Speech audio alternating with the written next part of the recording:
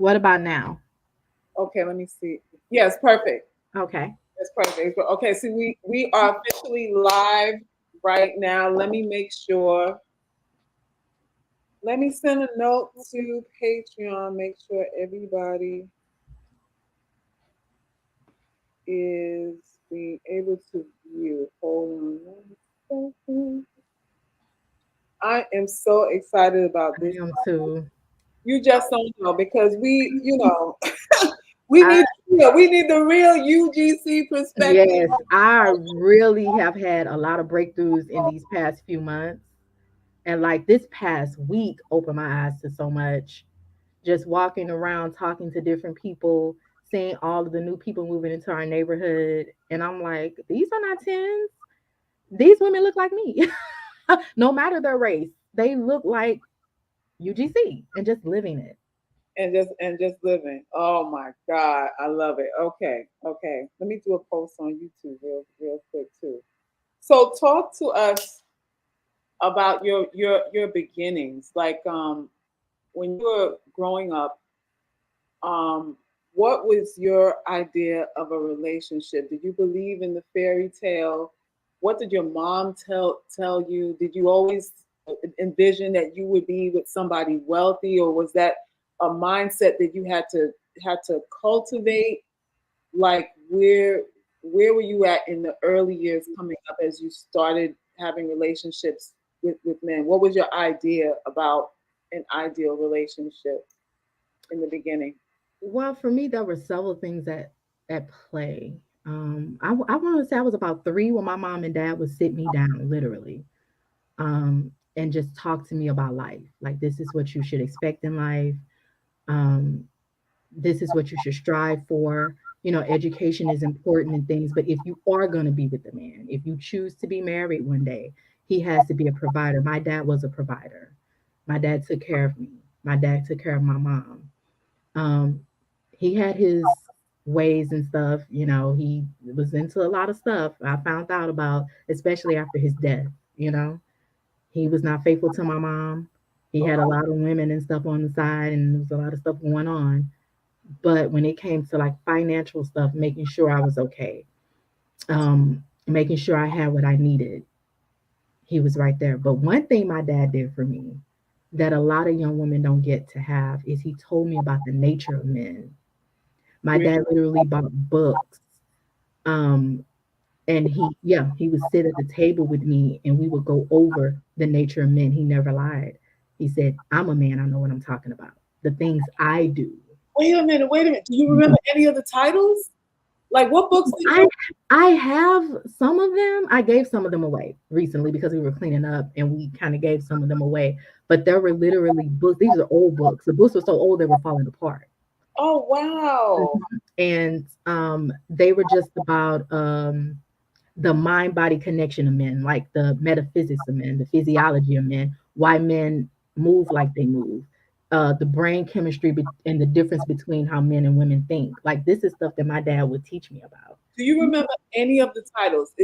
Any of those books like within arm's distance of you right now? Some of them are within arm's distance right now, but Okay. if I find one, I will most definitely get the information to you. I'll email it to you. Okay. But yeah, that's something that really shaped my mindset because I thought, well, yes, my dad, he was in the military for 20 years, then turned around and was in the police force for 30. Okay. And he worked, really hard, but he said, if a man cannot provide anything for you, you do not need him. He's a burden. It's just it's like it'll be like you having a child or you having another child if you have children with this man. And he just broke it down. And that coupled with my mom and her experiences through life and how she has told me the same thing. You saw how your father helped me, you saw how your father helped you, how he took care of it. That's what you need to be looking for in a partnership. Somebody that can just not pump you full of babies, but make sure you and the babies are set. Make sure you have something to fall back on. Make sure there's a foundation there. Because at the end of the day, no matter what my dad did in his own time, when I needed him, he was there. when it, to talk to me. Same with my mom. And my parents told me straight up, like, we love you, we prayed for you, we wanted a baby girl, we got you. So Yeah. they poured into me. And it's been like that all, like I said, it's from the moment I could talk, my parents just told me the truth about life. They Before all this colorism stuff popped up, my parents talked about that kind of stuff with me. I remember being 4 or 5 years old and them bringing up, hey, you're a darker complexion young woman. This is what you can expect. This is how you navigate life. It was never sugar coated fairy tale stuff. Like when I would watch Disney movies and talk about, Beauty and the Beast is my favorite.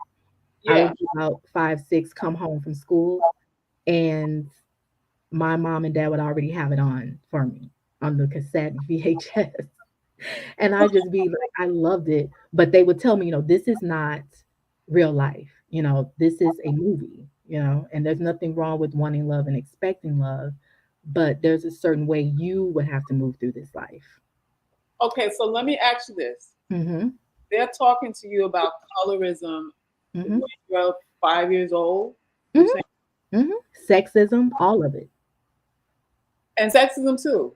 Yeah. So, what exactly were your parents telling you about colorism at 5 years old? What message do they send to a little child? Because we need to know because these young Uh-huh. people in preschool and elementary school are they struggling.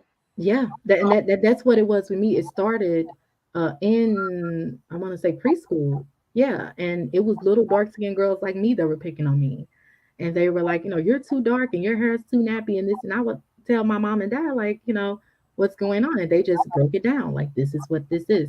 Colorism is when lighter skinned people or sometimes other darker skinned black people just will treat you with disrespect. The mentality of it, and how it goes back to slavery times. But even before those times, my dad would talk to me about the Moors and how there was color hierarchies in Moorish society, how lighter skinned people were treated and regarded as the best and the brightest, and darker skinned people were treated like mules and slaves. And that was something that they drilled in me. Don't let anybody treat you like a mule or a slave.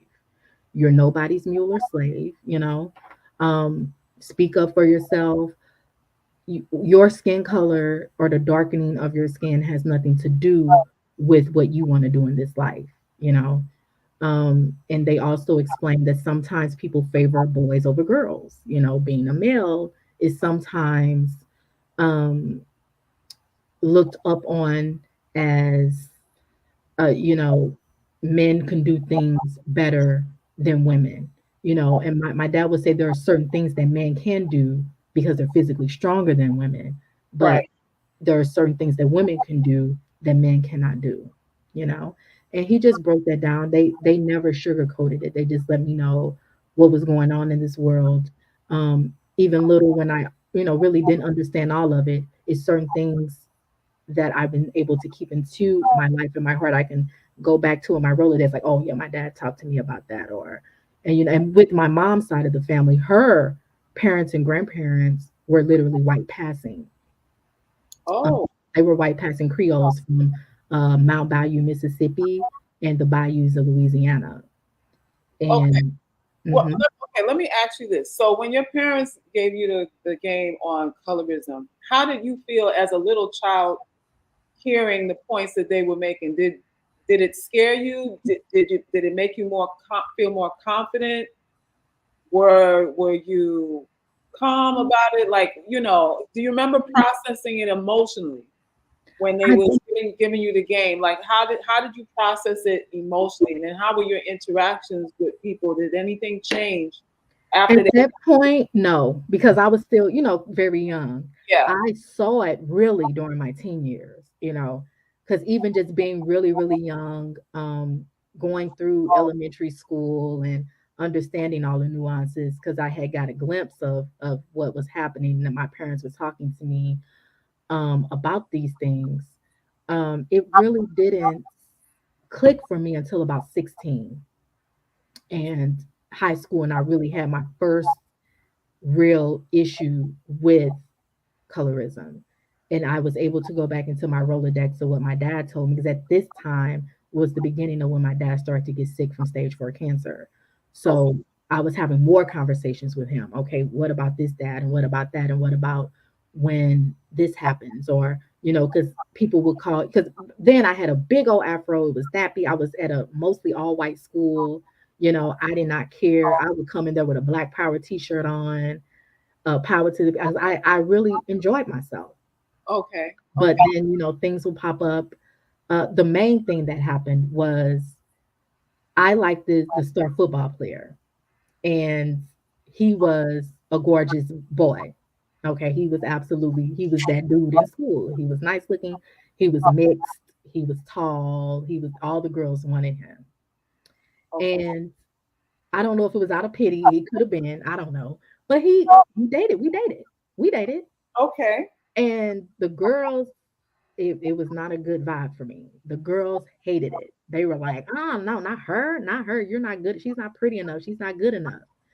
And he treated me with kindness and respect, and I think that shook a lot of the pretty girls, the cheerleaders and the popular sports girls, and the other girls. And when it when that happened, I remember talking to my dad, and I'm like, "Dad, like, why are all these girls trying to fight me and all of this?" And he's like, "Yeah, remember what we talked about, and um this is how you handle it. You keep, if you really want to see this young man, because at that time I was best friends with the guy I was dating for his cousin, Okay. and she was UGC as well. She was dark skinned and a big girl, but we were like sisters almost. And um, my dad was like, if you want to keep seeing him, keep seeing him. He seems like a decent young man. Y'all are not having any issues. He's not abusive or anything. So if you want to keep seeing him, and I wasn't having sex because I was no, my parents was not. They wasn't playing They that. wasn't playing. They was like, look, you're the moth we're feeding. Okay, so stay in your lane. Um, but I made out with him and stuff. But at near the end of that, he started dating, other, of course, other girls and doing all that stuff. But I learned in that moment, um, really what I'm here to talk about today, like your look itself doesn't really matter. Doesn't matter. 'Cause I wasn't in the aesthetics of what a guy, like, he was literally an NFL prospect, and he got to literally train and go to the camps with the NFL. So I think that shook a lot of the girls up too, because I was a nerdy, quiet girl with an afro. I wasn't popular, and that was one of the first things that showed me not only about like things like colorism and the hierarchy within our own community, Yeah. but it showed me about, you don't have to be the finest girl, you don't have to be the prettiest girl, you don't have to be the smartest girl. If a guy wants to deal with you, he'll deal with you. And there it is. Okay, Paul, And it was, and we it was, have Aaliyah. Aaliyah, you wanted to come up to say something real quick. We gonna just rotate it around. You wanted to share, Aaliyah? Oh, hi ladies, can you hear me? Yes. Awesome. Hi. My name is Aaliyah, and I just wanted to thank you for creating this group because I feel like it's like a home. I feel like I've had a lot of struggles that I've had to deal with, but whenever I would talk about it, I was gaslit. And it feels like this is one of the few times in my life where I am being reaffirmed and I don't feel like I'm crazy. And I just wanted to thank you for that. And I know you have a panel, and uh, I don't know if other people are going to come on and share their story.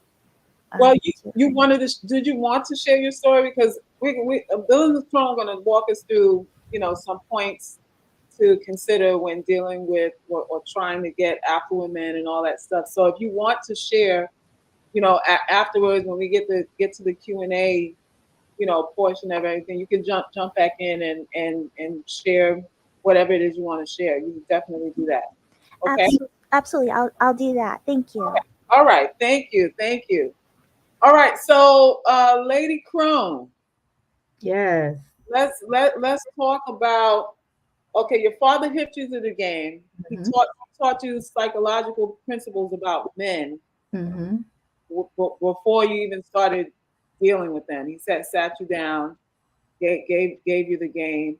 What were the main takeaways that your father instilled in you about men that maybe you didn't hear anywhere else, or maybe it was kind of revolutionary for him to say to you, and people are not like under the radar, not knowing about it. And at any point that he told you about men that we have not heard before that you want to reiterate here and now that you can recall? Yes, yes. The one that sticks out to me the most is when my dad told me your man is not your best friend. Oh, okay. Women want their husbands and boyfriends and men in their lives to be their best friends. It's not going to happen. Your man is not your best friend simply because men and women do not value friendships the same way. They don't view friendships the same way. That's why so many people say it's hard for a man and a woman to be friends, because there's always that physiological aspect of how we're made up, and we're made up very differently. Women tend to think the bond is in the friendship with the man, but that's not the case. So how do men view friendship though? What's Um, what well, is we can look at it from what's happening now. yeah. Have you guys heard the same men love men, but like women? That's the term that's going around now.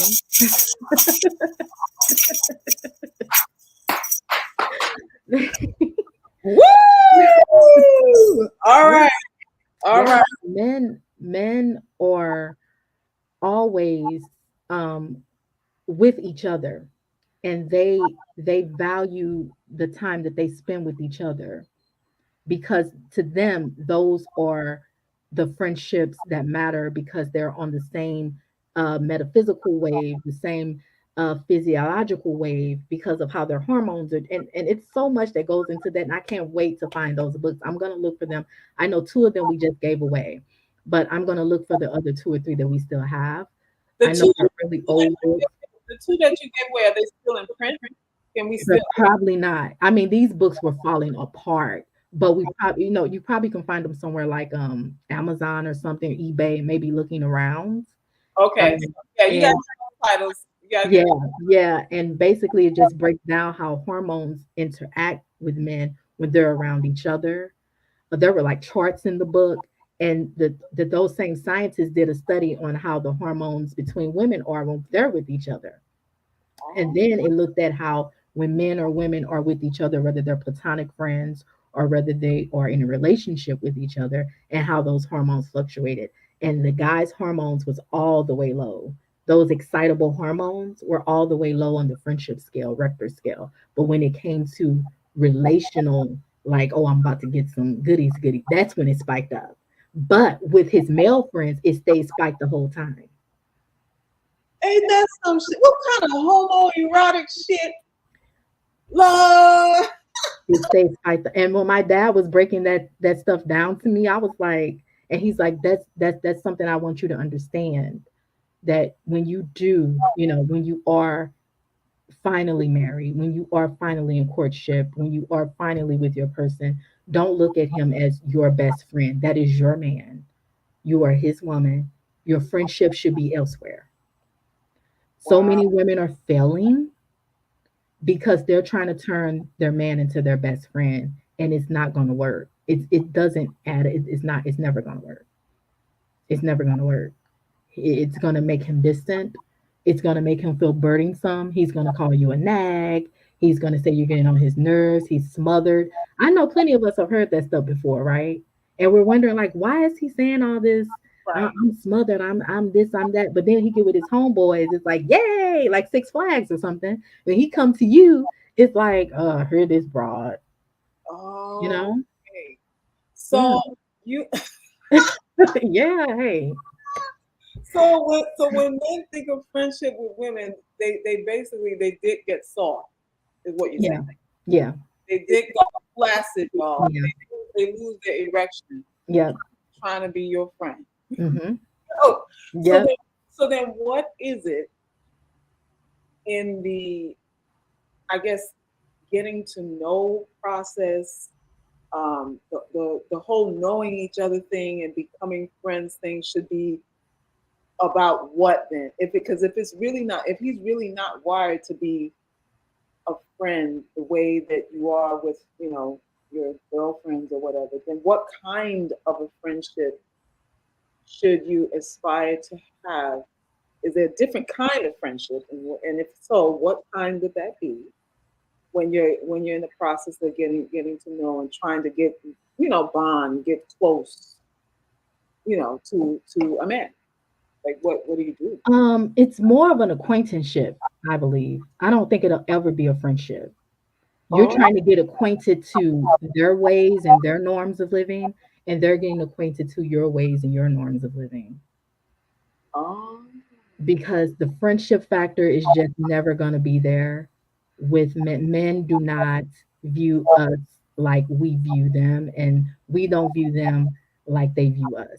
Like us as women, the men and women are very, very different in thought process, in how we live, how we move, especially through society, anyways.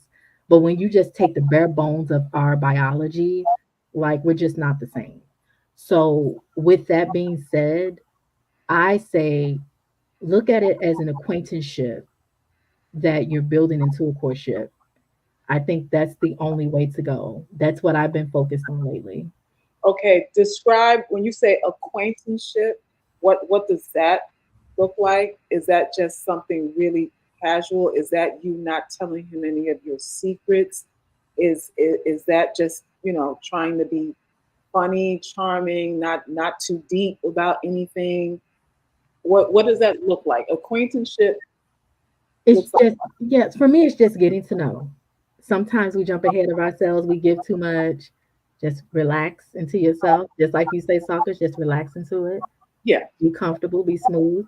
Just open up a little bit, get to know the person you're getting to know them. Take your time. Don't get anxious because I think when you put the friendship label onto men, um, women start to get really anxious with it. Men really don't. It's us that get like, oh, I gotta be like this, be like that. He gotta see me like this, like that, and then my eyelashes gotta be on, and then that wig gotta be shifted to the like. They're not. A lot of that is just us building up our own, imaginations. Keep it real simple.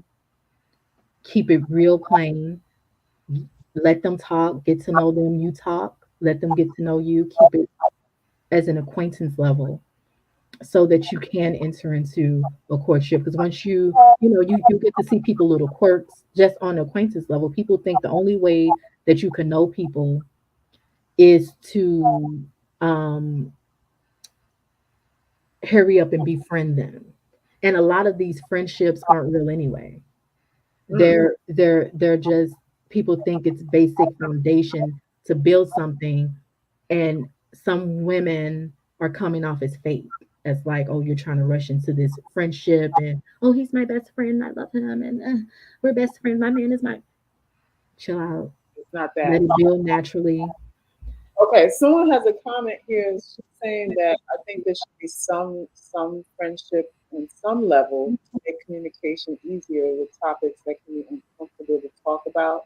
What do you say to that when you're dealing with communication with topics that might be embarrassing or just whatever, like does being friends make it easier to talk about the embarrassing stuff, the not so sexy stuff, or does it not matter?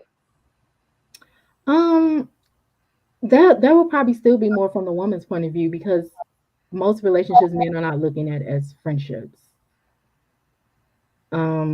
They're just not. We as women would probably be like, like I said, that's just our thought process. We'll be like, okay, he's my friend, and we're talking about this and that, but he's still not going to be thinking about you as his friend. He's just not. And a good measure, I wish I could find that video. um what is that actor's name? His name is Dulé, I think that's his name. He married an actress on the set.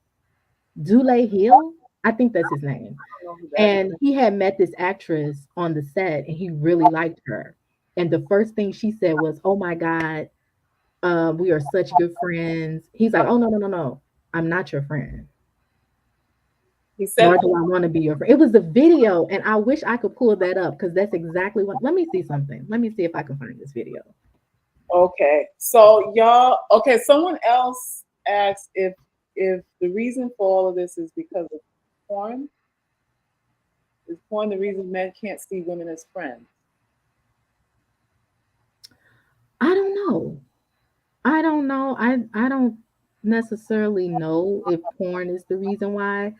I really think that way before porn, it just human nature is the reason why. I don't necessarily think because what was people doing before porn, right? Right. Um, what were people how were they communicating in that way before? Because those books were coming from like a scientific angle. Uh-huh. So they're looking at the genetic makeup of men and women. So before porn, in and they were doing these studies in like the 40s and 50s in those books. There was no internet. You know what I'm saying? So there was really no way to Yeah. quantify that. But like even if they do them now, I'm more than likely thinking that the results are going to be the same. That simply men and women do not view friendships the same, do not value friendships the same. It's just not in them. Okay, Um, we have another question here. What are your thoughts on exes, spouses, or boyfriend and girlfriends hanging out after they break up? I see this all the time, and I truly don't understand why folks do it. What are your thoughts on that? Because they claim to be, have a friendship they don't want to lose even after the breakup. Is there something to that? Are they faking it, or what's your views the to me, the only thing to that is the spin the block. People just want to have somebody in their back pocket just in case what they have going on now doesn't work out, or just in case they've you know ran through all their options. They have Bob, Billy, Sue, Jane in the backgrounds. Because really, then you are a background character just waiting for the carousel to come back around to you. So I call that spinning the block. That is not your friend. That is a person that has you sitting in their back pocket, waiting until you know Yeah, until this relationship fails, and like, oh, okay, so Sue was the one all along. Let me go back to Sue, and Sue just sitting there like, yeah, okay, all right, yeah. So, yes. you know, Okay, so men don't value friendship the way that women value friendship, and this is across the board. This is in every income bracket that a man could be in, mhm, mhm, poor to the riches. It does not shift. It doesn't change. Their their dicks get soft mhm. when you try you try to be there. And look, ladies, test this stuff out. Test this out. Talk to men that you can trust in your family. That's going to give you the real, and ask them straight up how men view friendships versus how women view them. Ask him, hey, do you think men and women can be friends? They're going to tell you the truth. If they truly care about you and love you, they're going to tell you the truth. And you can get it straight from the horse's mouth. And a lot of them will break down why they feel a certain way. Because I've tested it too. Um, I have a few males in my life that truly love me, that truly want the best for me. So I straight up asked them, hey, can men and women really be friends? And child, the information you get, okay, they will tell you. That it's a They no. will tell you what they feel. They will tell you about the bros before hoes, you know, declaration all of them are making and why that is. And a man that truly cares about you and your well being will tell you how to navigate that too. They Okay, will. okay. So we have debunked that these men even value friendship with you. So what about love? Like the love they have for you. I guess they don't have to know you then to love you. If love is a thing, now is love a thing? Do they love you according to what your father told you? Is love from a man a real thing? And how does he get to that point if he doesn't even value? I'm assuming knowing everything about you. Like he doesn't even want to know everything about you. Is what you're saying? Because friendships, you know everything. He doesn't need to. Why do you think people, why do you think some women, the man doesn't know anything about her? She's not the prettiest, she's not the smartest. He wipes her up in a week, a month, 6 months. Why? Because he doesn't need her friendship. What he's looking for is, are they on alignment with certain things? Can he pour into her? Can she pour into him? Can Okay. they build a foundation with each other?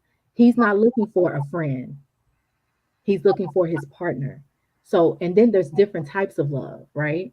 So while you're not his friend, you're his partner. Yes, he can love you. And he can love you in the way that you need to be loved. And you can love him in the way that he needs to be loved, because everybody love needs are different.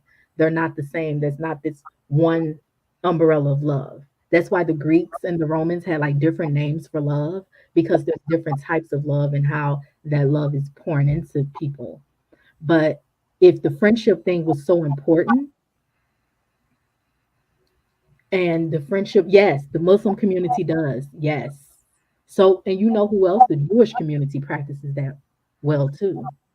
I Yeah. dated a Jewish guy like that. Like it was really, So they the understood. Black community, what we on that emotional stuff. Oh, Hmm. we just our is our downfall. The reason why we are not as successful is because we look at everything through an emotional lens first. Well, I'm gonna say this. Sometimes you need your emotions. Yes. We don't need to be strictly logical, but we in the Black community, especially as Black women, are failing because a lot of us did not have fathers. Yeah. And a lot of us did not have fathers to straight up tell them what life is like. A lot of us did not have fathers that loved us in a daughterly way and Yeah. covered us in a daughterly way. There are people who had fathers in the home that abused them and harmed them in ways that was not co-inducive with what they're looking for in a partner. So they just keep searching out for that love. They keep searching out for that bond. They keep searching out for whatever that is. And then that starts to translate into, oh, I have to help and find the man that's going to be my best friend. I have to help and find a man that's going to be like my dad, to give me that love I didn't get. And I think that's a lot of what's happening with us too. Or we have mothers that truly did not want us. We have mothers that truly did not love us. We have mothers that a lot of these that we're having in the Black community are father and mother wounds. And it's being expressed in this way of, I have to find all of that in a man. And it's not working out. So let me ask again. So just so we clear so far, if there's no value to these men in friendships, and for us women, it's like, how can you love me if you don't know me, kind of thing. Yeah, that's a woman thing. What you're saying is they don't need to know you to be in love with you. How do they fall in love? Well, like what is their process of being emotionally entangled in you, if that is even a thing with them? What is the way that they get attached if it's not through the intimacy of knowing who you are as a person? It's through other things. Men are simple. A man will fall in love with you because you wore the toenail polish he likes and you wear that color every day. It's the silliest things. And these are conversations I've even had with the males in my family where I'm like, what? You're thinking like, what's going on with this? Ask. That's why I say ask them. Yeah. Like it's just it's the things that we're thinking like, oh, I have to have this kind of degree, or this man in this suit won't talk to me if I'm not a lawyer and all. And it's not even that deep. We're making it a friendship thing. They aren't. They just aren't. Okay, so it's all kinds of it's not deep. It's not deep. We make it really deep on that friendship tip, and men are not even on that. They So are not. so then is it just a look? Is it your looks then, or It's not just the look either. not just a It's look? it's a lot of little nuances and little asinine reasons why men wife women, right? And a lot of us are so invested in things that mean absolutely nothing to these guys. Like what? Give us the Um, give us the short we'll list. be just like I was said, we'll be like we'll meet a decent guy, right? And like what we were talking about earlier before everybody came on, how our past plays a role in that, right? So Yeah.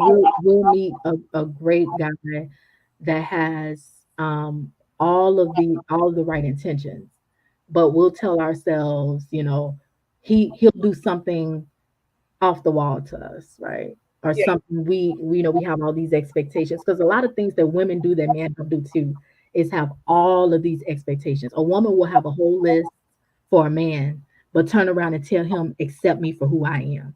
That's not gonna rock. Oh, we gotta ditch the list. We We we're the ones with the list. It's not usually the men with the list. Men talk a lot of blah blah blah, but they don't really have a list like we do. Women will have a whole list, a diary of he has to be 6 foot, six pack, this, that, da, da, da, da, da, da, all this other stuff. And dude just looking at you like, oh, she got nice teeth. Oh, I like them teeth. I'm gonna marry her. And you're thinking, oh my God, I have to have on this, I have to do this, and is my hair right? This wig right? Is the bangs glued this way? Is this and that and blah blah blah. And I've had conversations with men that have told me this, and it sounds insane. It sounds like what? But they're not even on all that stuff that we're on. They're Okay. Someone has a question here. So she's saying, so does this mean that men actually really do know right away if they want you? yep, yep. They know right away. That men, my dad always told me men have two lists in their head and two compartments for women, long term and short term. Oh, Right off the bat. He told me right within the first 30 seconds of meeting a woman, long term or short term. they Always keep that they in mind. create a list as That's soon it. as they meet you, long term and short term. Hmm. So they put you into one or two of those categories.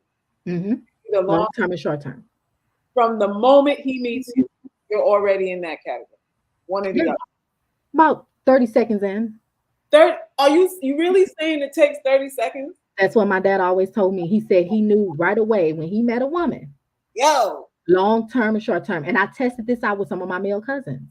I said, so is that true? And they were like, yeah, yeah. And one of my cousins was generous and he was like, okay, I give it a minute. He said within a minute or so, I'll know whether she's long term or short term. And he was cracking up, just laughing. so is it so it almost sounds like it's just an instinctual thing. It's not even an intellectual thing. It's just No. um it's a trigger or some shit. What Hmm. like what? I will, and you know what? We'll never really know because it's just so fascinating how the human mind and body is made up. But yeah, within the first, I'll say 30 seconds or a minute, a man will know whether you're short term or long term. And I think women need to keep that in mind. Like, stop going overboard and over and beyond because I see a lot of us doing all this, especially UGC girls, over and beyond and doing all this extra stuff. Within the first 30 seconds, he's already decided whether he likes you or not. You get there, you've done all this extra stuff. So we just buying all these wigs for no reason. Pretty much. Just like Lady Hamilton just said, you're beating yourself doing all these wigs and all this stuff. Um, It is what it is. And yes, what Alania I think is saying, yes, sometimes they do lie to the short term women and tell them that they are long term. Yeah, they do. They They do. They so do. so they know. So I used to say, well, a man will know like within 3 months, 90 days for sure whether he want to marry. Your father said 30 seconds. Yeah, men are simple. We make it complicated because women are a little more nuanced than men. Men are just like, okay. So solution says it seems like men date to seek opportunity with women. Women date to seek out flaws and reject the right men. What do you say to that? Yes, women want the first right of refusal. That's what that's called. What?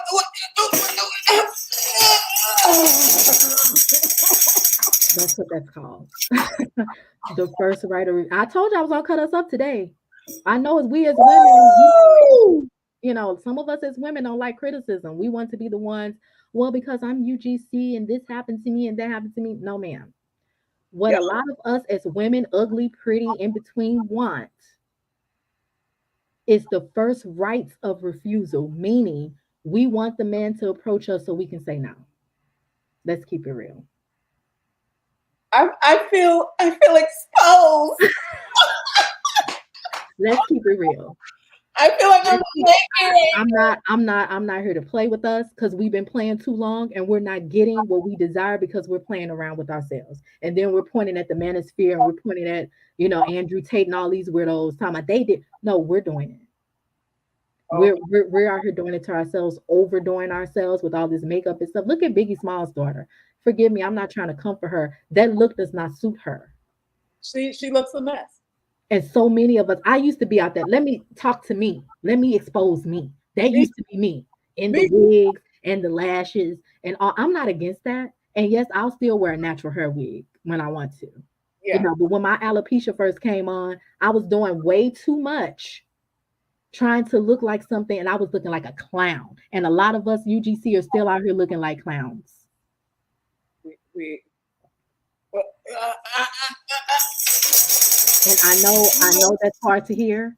And I know it's easy to say the manosphere this and men are doing this and men are doing that. Men see you and you look like a clown on your way to the circus. And that's not even your intent. But you just doing too much and your facial features and your whole makeup, genetic makeup ain't rocking with that long silky 30-inch wig. It ain't rocking with them thick caterpillar eyelashes. It ain't rocking with that big red lipstick. You look like a minstrel character. a You look minute like ago, with Lord. that lipstick and all. Chill out. And Chill out. somebody in the Chill comments out. says there was a girl who commented underneath that post that I posted Biggie's daughter saying that it's not fair that I'm pushing a non-binary look on UGC girls, like Oh because no. she said because men with money want sexy women. That's who they value, sexy. So Well, what? we're gonna have to do this again when I can sneak some pictures. I don't want to be putting the camera in people's faces, but when I can sneak some pictures of the women in my neighborhood. Yeah, I live in we an need to ask. upscale. I live in an upscale neighborhood, and like I was telling Salkers, the woman that literally lives in the house across the street from me, husband is very wealthy. He's a blue collar wealthy guy. She says he owns a construction company. So she has tattoos all on this side of her face. A sweet woman, short hair, tattoos on the side of her face, the mother of two. She has two lovely little girls, a 2-year old and a newborn, and she's a stay at home wife and mom. I mean, straight up tattoos all over. So when we get into the mode of, oh, we can't have,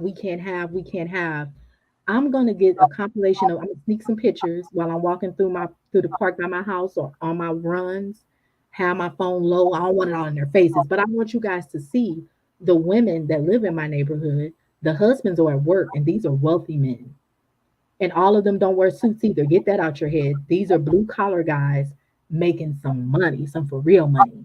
Okay, what's a blue collar occupation in case some of us ain't really clear? Construction work, plumbers, electricians. This one guy that just bought one of the big houses up the street. His wife said he's an electrician. She's a dark skinned black woman with dreadlocks. Saw her at the park with her little biracial babies. We were just talking about life and stuff, talking about the ducks.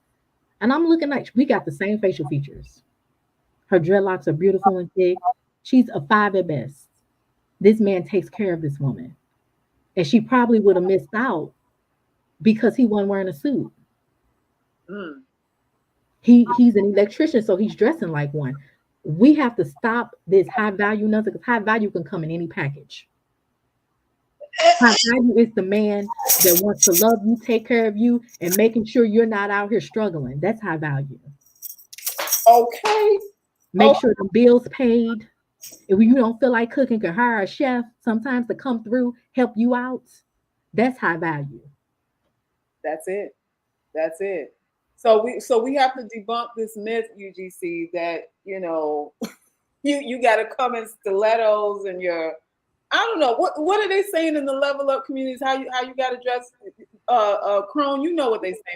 What are their bullet points as to how to get what are their prescriptions for how to get a high Oh value? yeah, you gotta have because I used to attend those boot camps. I wasted so much money. I want to punch myself right now. How much did you spend? Just run it. You know, we here now. It's a clubhouse meeting. I want to know how much you It spent. all started with How a much? few. It all started with a few friends of mine back in the day, and Uh-huh. they were doing it, and we were all UGC. Okay, bust down weaves. If I calculate the money I spent on weaves, clothes, purses, shoes, makeup, I'm out a clean 10 grand. That could have gone to something else. 10 grand. And the courses and all that stuff you paid for. So what are they saying? Like itemize it for me. They're saying how you gotta look. What's the look? They're saying, oh, I even went to one. This was the one that blew my mind. It was me and about two or three of was it two of it was two of us, three of us total. Two other UGC girls that I had been friends with. One was darker and bigger, and one was lighter and bigger. And even though I've always been thin, I'm like I'm UGC too. Shoot, they got me holding coats too. Shit, when we out on the bottom, I'm holding the coats and cups. I'm trying to figure out what's going on. So we went to this conference and this woman literally said, "This is how you get a man." We had notebooks, honey. We had notebooks, big thick. We had pens. We were ready, and we Wait, were you sitting had there the three subject spiral notebook, the binders, the three with ring stickers bind. on it. Wait, my had stickers on like you can do it. You're that girl. Go girl boss, girl power. All And right, all right. the chick straight up got up there and said, I didn't even realize this one was pushing bleaching cream. She got up there and said, the way to his heart is to get lighter skin. Come and buy my bleaching cream, blah, blah, blah. And my friends were reaching all in their purses. And I'm thinking, like, now we barely scraped up enough money to get these tickets, working overtime and everything at the time. And she want us to buy this $1,000 face cream too. So I'm like, so what's the face cream gonna do? $1,000. Yeah, it was a kit. Oh wow. And this was a woman from Africa, and I thought I was gonna get some motherland teaching. I'm like, she's gonna tell me something about a tribe or something how they do. And honey, she was talking about some girl, some other stuff, trying to sell her bleaching cream. And we sitting up there. I was and I that now that gave me pause. Cause I was like, oh no, honey, I didn't come here for this. I came here thinking you gonna give me the travel secrets to getting a rich African prince, and you telling me to bleach. This the only way. I already had the bust down wig down to my kneecaps. Now, what more do you want? It was blonde already. I was looking like an ape in a blonde wig. Let's keep it real. No, you. Girl, I'm keeping it real. When I look back at those pictures, and I had a bone to pick with people, because it did not go with my facial features at all. I'm like, y'all let me walk around this platinum blonde wig with the bang yang yang, You were the part of the thinking I'm doing banging. the bang. The wig was platinum blonde. I was swinging it, and you can tell me I wasn't giving Barbie girl in the Barbie world. I mean, it was just not going with my overall aesthetic. And I'm sitting around here like, I mean, I have to be honest. I have to be honest. Too many times we make up all these stories in our minds about what's going on, and we're not looking the part. We don't look. We look just like Biggie Small's daughter, a mess. And if she takes all that off and just be, she'll get better results, and so will the rest of us. We're doing too much. I look back at those pictures. I'm thinking, wow, this how I was out there doing. And only one person in my life had the courage to say, and that was my mom. She was like, "Yeah, girl, that face, that blonde wig for girl. I want to tell you so bad. I said, Lord, help my child. I'm gonna let it play out. Cause baby, I had the blue contacts. What was going on? Oh, Yeah, you had and blue contacts too. it's You had all the blue good. contacts too. So during that phase, who were you attracting? Were you attracting the high value men, the millionaire men? Jailbirds, dudes fresh out of jail talking about, can I take you out to dinner? Can I? What's your name? Jailbirds. I'm being totally honest. All that money I was spending, all that I was doing, them wigs are not cheap, especially them lace front joints. Yeah, Okay, yeah. you know. All that I was doing, and I was attracting weirdos and jailbirds. So, That's what I was attracting. all right. So let me ask you this: to get a high value man, do you have to look conservative? Maybe. Do you have to look Ivy League? Is that look going to draw them into? Because I've heard that as well. You have to look professional. You can't look, as long as you don't look dusty. You're going to attract a high value man if you don't look dusty. So the wig, whatever. Let's get on it. We could talk about last week alone. This is me, my personal experience. Last week I decided to put the wigs on the shelf. About 2 years ago, I was diagnosed with some health issues, and all of my hair fell out. I had hair, it's gone. You can see it's gone. This is as far as it grows, right? So I said, let me go ahead and get a little cut and just go and live. Can I have a day where I'm just living? Yeah. And I did that. I let the wig sit on the shelf, grab my cute glasses, put on my little mascara, put on my little lip gloss, and just went out. And the men that were approaching me was totally different. I was at the grocery store and I had my bags and this Arab man. I mean, tan, tall, very well put together. You need any help, sweetheart? Just really nice to me, talking to me. But what I realized what it was, I was relaxed in myself. Okay. I wasn't trying so hard. I wasn't all beat to the gods and all of this stuff. Yeah. Yeah. And I was just relaxed. And he sensed that. He sensed that. He sensed, and we're told, oh, femininity and this, that, and the other. I'm already feminine and I'm already masculine. I'm both. I'm all the energies. But I was just letting my energy sit well within me. And he popped up out of nowhere. I literally could not get the door open. Not only did he hold the door for me, he grabbed some of my groceries for me. He actually helped you with your groceries. These dudes don't do that these days. He helped. He said, sweetheart, is there anything else you need? I told my mom. She was laughing. We were laughing. She's like, see, you Wow. know? Okay. And Now, let me ask you this, because we in the clubhouse meeting now. mhm, We're gonna run it and be honest. With your look, would you attract a non-black man opposed to a black man? Would you attract non-black men more with how you look right now? Would you say it's been equal. it's been equal? Yeah, there have been black men and they're not slouchy. I was at some event and a nice looking black male, and you could tell he was well put together. I wear crazy glasses. I love glasses. Pull your glass. I need to get me a pair of those too. I wear crazy glasses. And I was at this event and this tall, caramel complected, nice looking black man Okay. walked up to me and he said, oh, I love those glasses. I had on my polka dot glasses. Um, I had on these big earrings and they were just like huge, but they went with my glasses. And he was talking to me and he was like, hey, where can I get some of those glasses from? Because they look real good on you. I'm loving that. I love your whole little style. Man. Lady Hamilton, cam up. Can you cam up? She says, related, no, beat face, nails, lashes, wigs work against you in a corporate job interview. That's a point y'all need to take. Mm-hmm. I've never heard that before. Lady Hamilton, if you could cam up for a second, I don't know how your schedule is. Cam up and explain why that works against why the perception, what perception those things bring. Because if they're unacceptable for a job interview, I don't know. I don't know. So let us know. So you decided to be relaxed and own your space, Mm-hmm. Mm-hmm. and you saw an energy shift. Most definitely. And like, and just in this past week, I've got more approaches from men that are, more well put together than I have in the past year, honestly.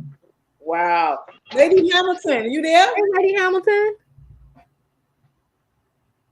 Oh, unmute. You Hey, I'm getting some kind of reverb. Let me see if I can. Okay. Hold on. Am I muted? No, we can hear you fine.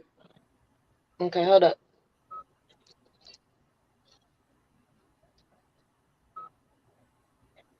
He says, Oh, okay. Hold on a second. I think I need to put myself on speaker or okay. something. Uh-oh, we lost you. Oh man, jump back in. So Keith says we be looking like imposters out here trying to look like someone else. So that's one of our main problems right there, Mhm. right there. So so talk to me now about, with men who have money, how much does personality uh hold a bearing on how favorable the outcome would be, and what kind of personalities uh work best with those type of men, if there is one. Maybe there isn't a formula, but just spitballing here. Well, I don't think it matters much because I see neurodivergent women getting married, um, all kinds of women getting married, so it doesn't matter much with personalities and things like that. Like I said, if he wants you, he wants you. It's not all this extra stuff that we're trying to do a lot of the times, or listening to these podcast dudes, which is why I stop listening to their mess, because it's not, none of that is true, because what I'm seeing is not what's actually, what I'm hearing them say is not what I'm seeing in the real world. Real world. The real world is showing me something totally different. Okay. It's not showing any of that, what they're talking about. And oh, this and that. What I'm also finding, though, is a lot of the men that are considered the well-off men, they are like neurodivergent. They're where they have weird quirks. Can They're you explain dirty. what that is, the newer divergent? What does that mean? Well, maybe like autism. Yeah. Maybe they have OCD, A disorders, lot of them have ADHD. ADHD, Wait, ADD. hold on, Lady Hamilton. You talking about men with money have Yeah, ADHD? Yeah, yep, yeah, yeah. Lord have. yeah. Hmm. So how does that affect relationships with them? Does it affect, you can't communicate with them very well? They're disconnected from you. Is that what happens with, if they're coming in with this neurodivergent stuff going on? I'll give an example. I was on the phone with my former supervisor yesterday. Um, just another work tip. Nurture your professional network. Even if you leave the company, stay in touch with these people. So I just, gave him a call, text him like, "Yo, dude, available to chat? Let's catch up." And I was talking to him yesterday. He told us out the gate, his direct reports: "I have ADHD. Let me know if I'm going off task. Let me know if I'm confusing you. Let me know if I'm talking too fast. I just wanted y'all to know." And he kept it moving. Wow. He kept it moving. He even would tell us stuff like, I know we're meeting tomorrow at 10 o'clock, but I'm switching medication. So let me know if it's hard. He said that? Yeah, And how was that received when he said that? Were people like, "What the hell?" Or was it like, whatever? I'm literally the only woman on this call, the only Black woman. Those white men could care less. They were like, "All right, then we'll let you know." Just like that. They don't care. So so we're judging things through the stuff that we care about, and we getting it all wrong. We They basically. don't care. They don't care. So let me go back to the point you made about how the hair, the nails, and stuff like that is adverse on these job interviews. Can you break that down a little bit? What message all of that is sending, and why it's bad? It's a couple reasons it's bad. One is just logistics. Y- Like, just to give an example, you guys met Dr. Payne, my aunt. Yes. She had a relative's daughter and she's a relative by marriage, went through an interview process for corporate internships with like, JP Morgan Chase and all this stuff. She came with faux dreadlocks down to the middle of her back, with cowrie shells, lashes, beat face, all that. All the other candidates came conservatively dressed. She Oh, was the only one who was not picked for an internship. She was the only one. And when asked about feedback, everyone said, well, her lashes were so distracting. Her lashes were so distracting.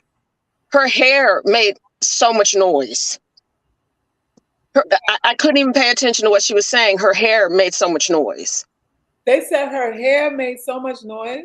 Because she had cowrie shells and beads and stuff in it, and it was down to the backs of her knees. So like every time she moved, her hair would go like clink, clink, clink, clink, clink. Wow. Yeah. And it's you want people to focus on you, the person, not your lashes, not your lipstick, not your beat face, not your, hair down to the backs of your knees. You want them to listen to what you're saying and not, because people will get caught up in how you look, your lashes, and check out. Wow. They'll check out. And when I'm interviewing people, and men have told me this, they think if they see you with a beat face and wigs and lashes and nails, they think you will be high maintenance. You won't want to work. They'll question how smart you are. Oh, really? They'll question how smart you are because you're giving this aura of I care more about my appearance than delivering for this job. Okay. So let me ask you this. In the corporate world, all the bells and whistles stuff doesn't fly because, your intelligence is questionable. Are you going to be more concerned about how you look than the job? That kind of thing. Does any of that spill over like in the dating world, like in the interaction with men? Because we hear, some of UGC tell me, like in the level up community, they're saying you want to look high maintenance to keep the dusties away. So what, how does is it a good formula personally, or is it not? Was it reading personally? If he looks at you as high maintenance, is that a bad thing? For level up, they're saying no. But I can touch on that. I had a cousin, a male. He recently got divorced, and the reason why he got divorced was because something bad happened, health issue or something happened between him and his wife, and he realized that she couldn't help him rebuild. She's so focused on her outer shell, her look. Oh, I can't break a nail, my hair, I can't do any this, these wigs can't get shifted, this bodycon dress can't move.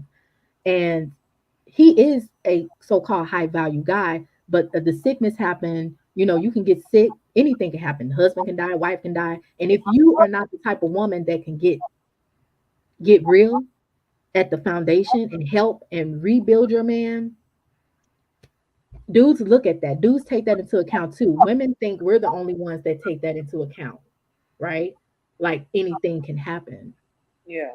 And a lot of these men are looking for women like, hey, when stuff hit the fans, if I lose all this, or you gonna Right. stay with me while we rebuild all this. So I think a lot of times it's viewed as, oh, all she's good for is here to sit around and take. And, Exactly. and a lot of women are in that mindset. I could just take. These coaches are lying. They're lying. Stop spending your money on this shit. I'm just keeping it real. And then even basic like that too is they look at you and they're literally almost calculating money as they look at you. So they're like, that weave was 1,000, that makeup that's 600, them nails are 200. I'm not paying all this for this chick. Yeah. They literally will calculate, and it's a different type of high maintenance. Like for example, There's high maintenance because I've got weave, nails, makeup, designer bag. But then there's high maintenance that's like, I'm kind of dressed down, but I have on a Cartier watch. Mm-hmm. And that's it. Mm-hmm. The high value men, I won't even say high value. Let's just say the wealthy men, Mm-hmm. they tend to have like one accessory that is expensive. And they may have on some Old Navy jeans, a college sweatshirt, but then they might have some Gucci loafers on. That's it. Or they'll have on a $2 shirt, some busted up shorts, and a Gucci watch. Mm-hmm. It's usually one thing. Mm-hmm. One thing. Or they may look completely run down altogether. I mean, I've seen dudes who are millionaires look like they just rolled out of bed and just put on what they fell on the floor. Yeah. But then they step out of a Porsche Panamera. Yep. But you wouldn't know that because, you know, he's walking in the restaurant. You don't know he drives that, but he looks busted. Yeah. I just said that earlier, that a lot of us are looking at the outer appearance of men. Wait. I mean, he can look busted, but we can't. That's what they say. We have to look polished so that he knows our worth and that he knows that, you know, he has to do his best for us. You know, this is what we hear, that we have to look like, you know, we have money so that he'll give us some. You know, you got to look like you're used to things. You're used to luxury in order for him to, you know, respect and want to give you some. Isn't that not the case, or no? I mean, for me, being used to luxury is not a look. It's like an attitude. Oh. Like, it's an attitude. So it's like for example, I went out of town to suburb of Philly, and it was a brand new restaurant, brand new hotel, really nice. These people are comfortable in these luxury settings. They might have some Old Navy flip-flops on, t-shirt or whatever. They are not impressed by, you know, valet parking, a concierge, you know, a turn down service. They're not impressed because this is standard. This is standard. They're not impressed by, you know, open bars. They're not impressed by certain things because we do this all the time. Yeah, of course I don't pay for drinks. Yeah, of course you're going to carry my bags upstairs. They leave their bags at the desk and walk off because they know somebody's going to come behind them, take them to their room, and they're going to give that person, you know, $20. They're not impressed by the luxury bells and whistles because it's just, you know, when you walk in there starry-eyed, like, ooh, they put my napkin in my lap. That would be me, like, oh my God. But the wealthy people are used to that. Mm-hmm. So wait a minute. Credit Solutions said they don't take pictures of their food. Right. They sure don't. They do not. No hood rat pictures of your food. The Credit Solution is dragging people from the comments. Yes, they don't take pictures of it. You sneak this and everybody. But I love But you know what they will do? They'll tell the waiter, this food was delicious. Can you have the chef come out for a sec? Mm-hmm. Oh. You know, and sometimes the chef just comes out. Mm-hmm. Like the chef will just walk by and be like, hey, how'd y'all like the food? Mm-hmm. Yeah. I mean, but the wealthy people are not impressed by all that stuff. Mm-hmm. It's because that's just what we do. I mean, Mm-hmm. I remember going to a restaurant. It was that famous like Asian restaurant. It was like famous for 5 minutes where like all the rappers were going in. It was ridiculously priced. Uh-huh. And my stepdad took me and my mom there for like my mom's birthday. And everybody is dressed regular, like just jeans, flip flop, just regular. Mm-hmm. But then you've got the ladies with the beat face and the wig with the sticky bangs Mm-hmm. at the bar and at a different table. Ain't nobody paying attention to them. Well, nobody paying attention to them. Not even a little. Not even a look. And what I noticed, and I think other people noticed it too, was they are really dressed up, but how come they ain't ordering no food? Mm-hmm. Y'all been here. Y'all been here 2 hours. Y'all been sipping on the same martini for 2 hours. How come you ain't ordering no food? Broke ass. Yeah. Because you're broke. Yeah. You can't. You hope somebody is going to come through and buy you some food. Oh. Yeah. But these wealthy men see that. They be like, oh no, they just see you and you're looking like a bill. Yep. Wait a minute. Let me shake my fucking thing. You're just looking. I mean, that's one thing wealthy people do pay attention to, and that's why they're wealthy. They watch their coins. Mm-hmm. All right. And if they look at villainous crone and go, she's bringing positives to the table. Mm-hmm. They look at Selkis, credit solutionists. These are women bringing positives in the asset column. Mm-hmm. Sticky bangs, beat face, that's negatives. I got to pay for sticky bangs, beat face, Jimmy Choo shoes, negative. I mean, you're drawing down on their resources and they're just like, nah, I work too hard. Mm-hmm. You said, Keith said some of us look like prostitutes with broke energy. You know what? Mm-hmm. That's exactly how I was looking, Key. You ain't lying, girl. Tell the truth, shame the devil. Lord. Like a broke prostitute. Exactly. And I was gonna second what you said, villainous crone. I went out with my little cousin last night. My little cousin's 40. I called her up and I said, I just need to go shake my ass somewhere. Can we go shake our ass and go listen to this go-go band? And she was like, sure, I'll go with you to shake my ass. I'm not kidding. We were the only 2 women in that club who had their own hair. We're the only 2. Wow. Just y'all 2? You mean y'all went up in there, on that 12 years a slave? You didn't go in there polished. You didn't go in there with the sticky bangs. I got a pixie cut and my cousin has just started her dreads 3-4 months ago. Oh Lord, so wow. she's at picky stage. So she got her dreads about the size of my thumb. So it's all standing up like this. And y'all went like that? Hell yeah. That's the way to go. Hell yeah. In baggy pants and tennis shoes. Really? And so you didn't feel out of place at all?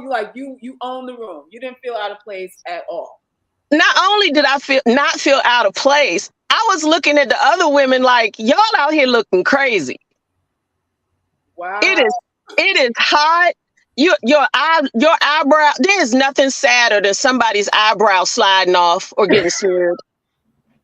Oh, not the smeared eyebrow. The smeared eyebrow. I even see it at the gym. I was at a water fitness class and women are in the pool with wigs on. Yo. Y'all, you can't take it off. So wait a minute, what they swimming with a chin strap on in the pool so they don't lose it? They were either piling it on top of their head in a clip, or they put on a very big bonnet. So the bonnet's wet, the wig underneath the bonnet wet.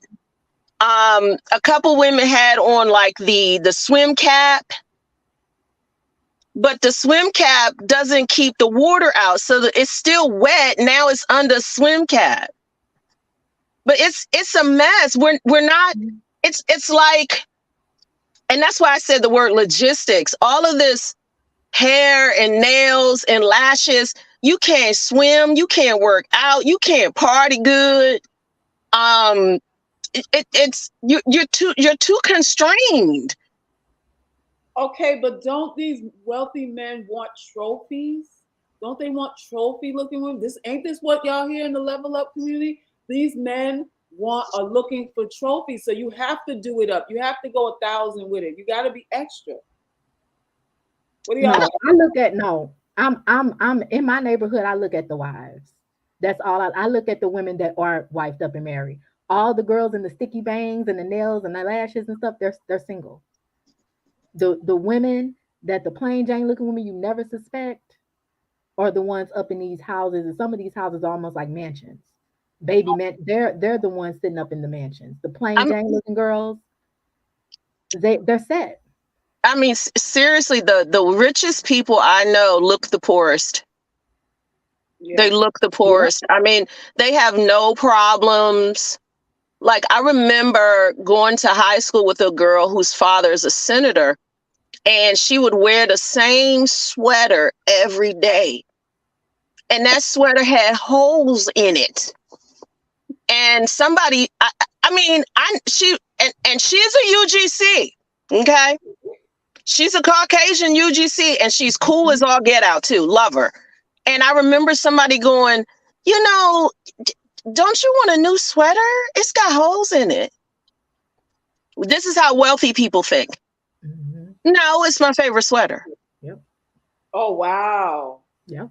So we be thinking we gotta change drawers 5 times a day, and they walking around like termites done ate up their underwear because it's their favorite underwear. They don't give a shit.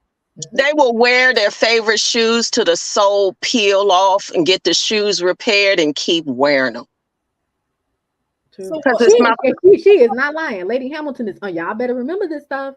I knew a dude that had on his great grandfather's shoes. I mean, walking to the nub, a white guy yep. had on his great grandfather's shoes. I said, "Oh, wow, those shoes." They was looking a little, I'm like, "You okay with the shoes?"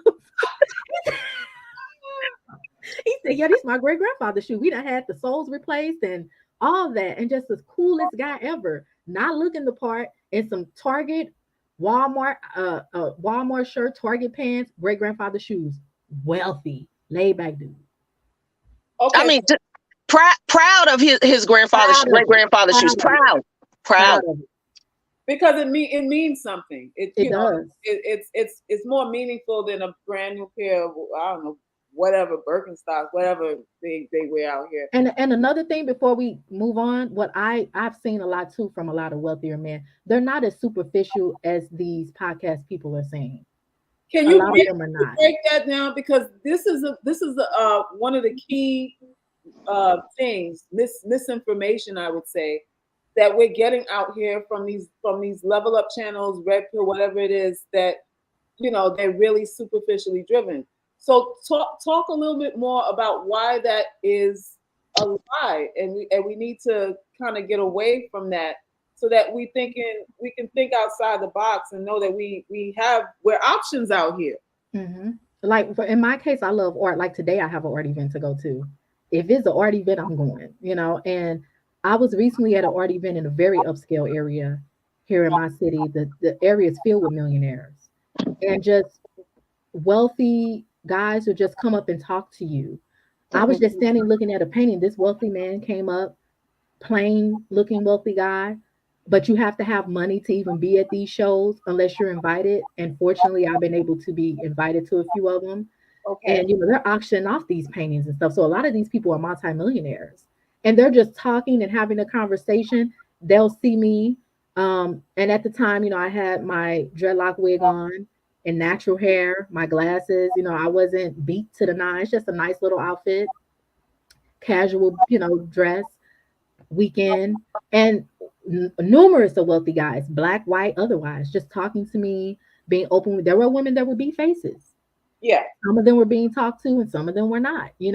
But the wealthier guys were just free. They were like, "Hey, how you doing?" And "Are you looking at this painting? What did?" And I look at this, I feel X, Y, and Z. What do you feel? Yeah. So it wasn't about the aesthetic. It was just about simple conversation.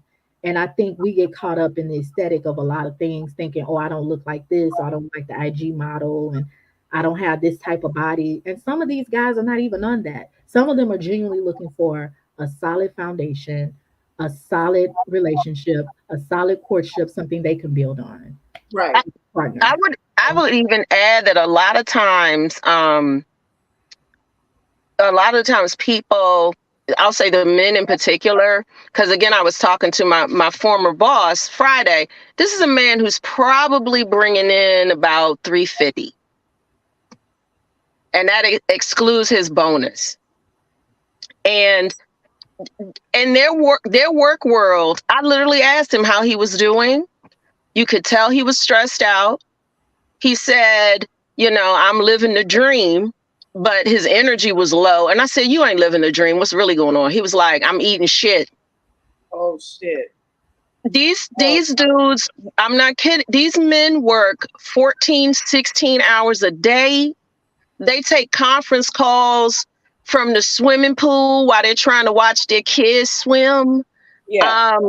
They go on vacation and work 75% of the vacation. They literally, when they go out, they just want to chill. Don't bring me no problems. Don't complain. Just eat the cake anime and have a shot or something. Eat the cake, man. Just eat the cake and have a shot or something. Don't be in my face whining, And then also, too, in their jobs, the higher up you go in corporate America, and I can attest to this, the less and less positive stuff you have to deal with. Every day is another risk, issue, problem, something. And the higher up you go, the bigger the problems. Yeah. They may look at a woman who is beat to the gods is another freaking problem. And they're like, nah.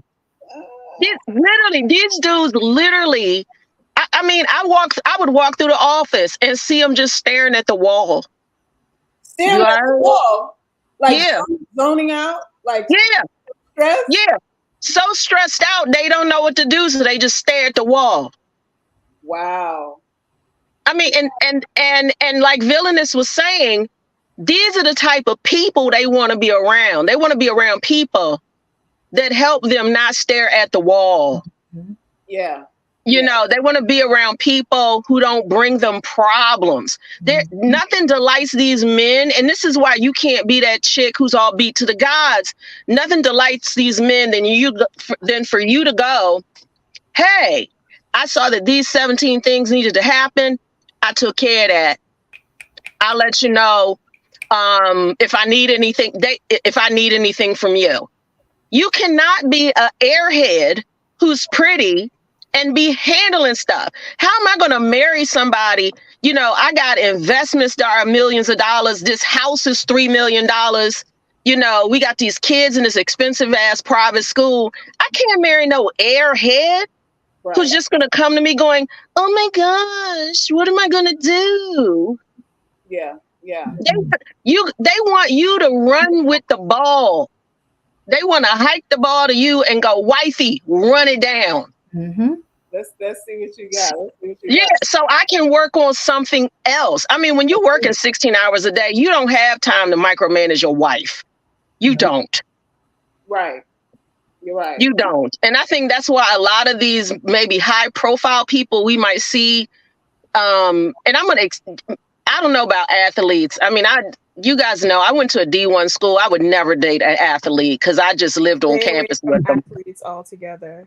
Right. I lived on campus. Their energy is so vicious and commanding. I don't know how women deal with them. I don't either. Goddess, you need to jump in and say something. What do you want to say? So I've been listening, and I agreed with everything that has been said thus far. My experiences of late, like, I just think that the focus should be what you have always said, Salkis, as the character needs to be first, and then his ability to meet your need and to show up for you in times of need and crisis needs to be first. I don't think that I would never tell a woman to be with a poor man, because I don't believe in that either. But I don't think after a certain threshold, I don't think sacrificing character and mindset before everything. I just came back from Power Networking Conference, which was like, I met so many for business, but there was a lot of men there, a lot of men there, and I'm at a space where men are not a huge priority for me. So I want to say that to give context to what I'm saying. I think in the beginning of UGC, I think men were a priority. And the further I go, the more I decenter men as much as possible. And just don't see them as a goal. But for those who are interested in wealthy men, what my observations are is that they do have mental and emotional issues that are above most people's pay grades to deal with. They do have quirks and idiosyncrasies, whatever that word is, that are not the norm. A lot of them are so busy that they will not have time for you. So if you have emotional needs that require quality time, they might not be the one for you. I do notice that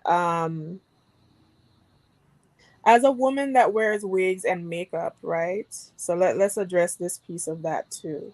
As a woman who partakes in that, what I will say is that there is a line. There is a line when it becomes like a complete different look, different distortion that doesn't complement very well. It's very noticeable when I spend time with men or even engaging in social situations. I always think the lashes were too much. I always felt that way. I don't wear fake lashes. But I love a wig.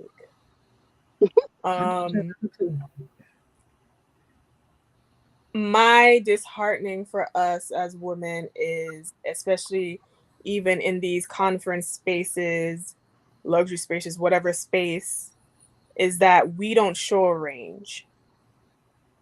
Black women in particular, I don't see a range. I will see a range in women of other races. And for us, it's less of a range. It's very much like a template.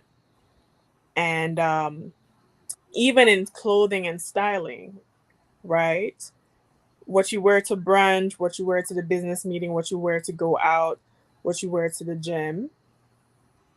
To me, it's like, why does everybody want to look like a female rapper? Is that the only? To That's a me, good everybody question. look like a female rapper, and I'm like, is that the only aesthetic that we can go for as far as look is concerned? Because I dress for the occasion, you know. I feel that from my interactions, I left that conference with millionaires' phone numbers in my phone, right? I maybe talked to maybe one, right? I've gotten to the point where money's not even the goal, because I realize the character and mindset is everything. Most of those men will just entertain you because they know you're caught up in that, and they're going to use that to manipulate you, nail you to the bedpost, and leave. That's the goal. Very few of them care. And if they're that successful, chances are there's some bodies behind them. They've had to do some ruthless things to attain that amount of success and wealth. And that mentality is what you're going to have to face.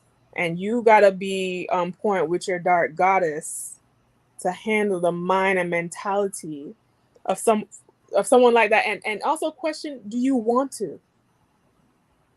Do you want to have to do mental gymnastics with some of these men? Because a lot of these men, even if they're not rich, require mental gymnastics. And that drains your energy as a woman. And your goal as a woman should also be self-preservation always. So I find myself as I'm navigating, okay, who has a character and mindset that I want? And who is responding to me with the use of very little manipulation? Because if I have to manipulate you strongly to get a result, that means I'm going to have to continue that manipulation. And then this relationship is work, and it's going to be draining to have to keep that up. Like even if it's not manipulation, like I'm thinking of a recent situation I had where, you know, Boo Thing had to lay people off.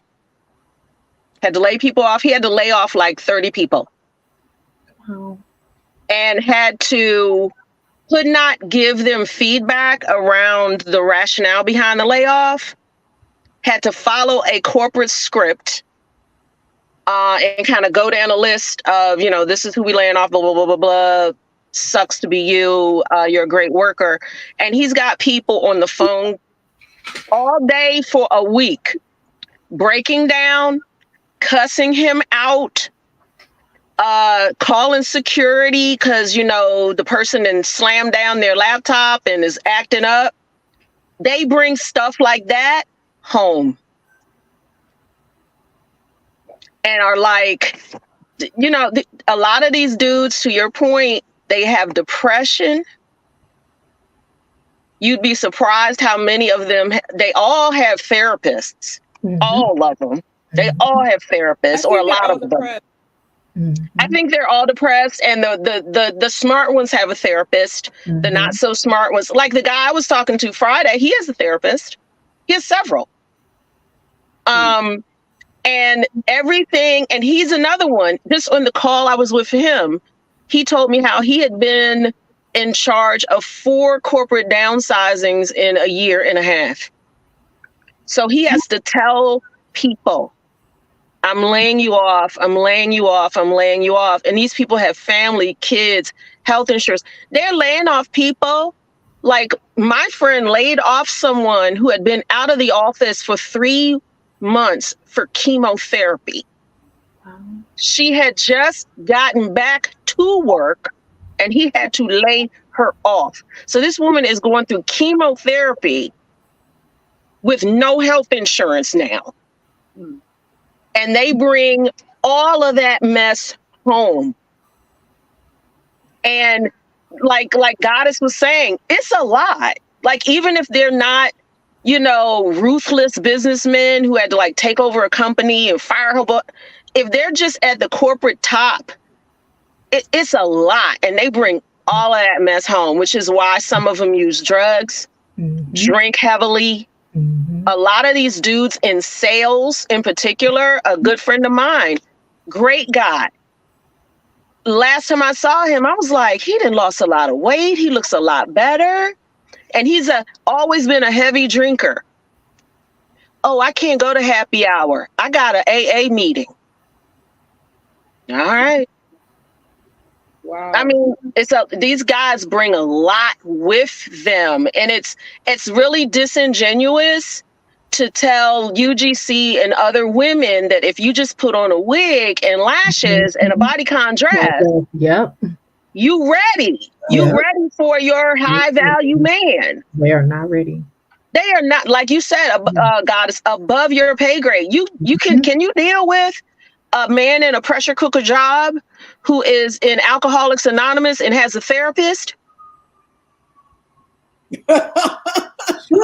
It's true. You ready for all that? It's true. Oh, and this is the other thing too, right? So I noticed a lot of them, even in dating, I can feel the sadness, the loneliness, the depression, or a lot of them are bitter from their last relationships. They're not over it. They're not over it. They're not over it whatsoever. But what I do notice in engaging with men, I would say men in general, but I think men of means appreciate it more. The attributes that I think they value. And I had a conversation with one of them at the conference, actually. He said he preferred, one time he dated a woman and she just looked good and all this other stuff. And he dated someone else who was, I guess, average looking, but she was exciting, she was bold, and he liked her more. And I think things to consider if you are still looking to go down that wealthy man road is they value conversation, they value ease, they value fun, they value different perspective. You don't have to be the most beautiful woman in the world, but if you are put together, I've been dressing more simple. If you are put together, I think the other day I left button-up shirt, slacks, just simple, right? Or if you want to accentuate a feature, just pick one feature to accentuate and that's it. I'm very much covered. I don't wear no bodycon dress, especially with my boobs and my body. That is just not the route for me to go. And I would also say for us, we're already sexualized enough. I don't think we need to add anything onto that. Men are sexualizing you as they look at you anyway. So I don't think we need to do anything on, but I think they value conversation. They value your communication and listening skills. Now, that doesn't mean that they have it, but they want you to have it. They want you to communicate and listen to them. They basically want a therapist and someone that makes them feel good about themselves, because a lot of them don't feel good about themselves. They feel worthless, or they feel like that's what a lot of the drinking and all that other stuff is too. Is like men just don't feel good inside, and they have a lot of internal pressure that they don't speak about, and they're looking to release through you. And I think even when I think of men, everything about them as far as pertains to women is a release they're looking for, whether it's sexual, whether it's you listening to their problems, whether it's you telling them or communicating to them. They're looking to you as a form of release and escape from their issues and themselves. And that is what the value is going to be here. A wealthy man, whatever. I'm thinking it's all men, pretty much. But maybe men have more money, are a little bit more picky. But it's the same. To me, it's the same shit. Regardless, a man is a man. What I've learned, especially if he make 10K to 100K to 100 mil, a man is a man. And I think with that, they're all looking for the same things. They all think and act similarly. And I think that's what they value more so, because I've been observing a lot of men a lot. A lot of the women that are married are not IG models. Nope. Right? They're not. A lot of and they pick you for a particular reason. And I think it's less than physical. I think physically most women will fit into what a man desire. Okay, if you have a pums, that is most of the requirement, right? What I've observed now is what they go for is what they're stimulated by. And what they are stimulated by is usually some emotional, psychological thing that you may or may not know is happening. It's more so the emotional, psychological aspect of them that is what is stimulating to them too. Because for most men, an average woman is enough for his physical needs. right? So, because then you say they'll take you by a dumpster Mm-hmm. and you'll be toothless, and they get one and you go home. So, is that what you said? That's what I said. That's what I said. We be trying too hard, unnecessarily hard out here. Yeah. It's not that deep. I think that's the theme of this whole conversation is that, UGC really feels that, you're not in the running and it's impossible for you to snatch up some things out here, and it's simply not true. This is what we're discussing right now. The looks thing, Mm-hmm. the draw, but it don't hold nobody. Mm-mm. Sure You don't. all know that. It just doesn't. It just doesn't. So what I want to know, Crone, is it how sane do you have to be for these men? We hear they're a little bit off, but do you have to be? Do you have to demonstrate sanity, or do they like if you're a little bit crazy, if you have a therapist, are they gonna be turned off by that? And if you on meds for ADHD, are they gonna be turned off by that? Like, what about the mental state now? What is it? I I consider myself batshit crazy. I'm a weirdo for real in real life. Like I'm weird as hell. I'm honest. I mean, they can see it. I'm just honest about it. It is what it is. Yeah, And usually, just like Lady Hamilton was saying, they'll tell you if they have issues. Like, look, I got ADHD, I got this, I got that, and I'm like, cool, because I'm crazy too. We're right here. Like, as long as we're both interested in each other. I just I don't, because at the end of the day, just like Goddess was saying, if it's one emotional thing or something that they like about you, that's what they like. Just like I was saying earlier, they could pick that one thing and like about you, and that's it. So they're not, a lot of the stuff that we, you saying they would marry you off of that one thing? That yeah, one, that one thing? I've witnessed it. Yeah, yeah, and you're thinking like, oh, I have a therapist I talk to, and I can't reveal, and I, please, please, And they could care less. they could care less. Ah, Because more than likely they're on meds too. Let's just be honest. A lot of them are on meds too. So what, y'all sharing a pill? What's the worst that can happen? well, I mean, yeah. I find men to be illogical when it comes to Hmm. their choices. We're logical too. I Yeah. think it's definitely emotional and psychologically based on what they choose. And that's based on those needs. I feel like if a man chooses you on the physical or financial needs, I don't think those relationships last long because he's either gonna cheat or get whatever, or if it's financial, he'll be with you until he gets to a certain space and then dip. But whatever those emotional, psychological needs are, I think that is mostly what it is going to be. And this reminds me, this just came in. Your Ugly Girls Club channel. Remember, you were going through that Femme Fatale series. Yes. And in that series, it was discussing different archetypes of men and what they prefer in women. Like almost like a nerdy guy responds to this guy responds to that. That to me reminds me of the emotional, psychological nature Mhm. of what they're looking for. And this is why they respond to those things, because if he's wired this way, emotionally and psychologically, he's leaning towards these type of needs, and that's why he prefers that type of woman or will respond to a woman in that way. Yeah, yeah. We have a question.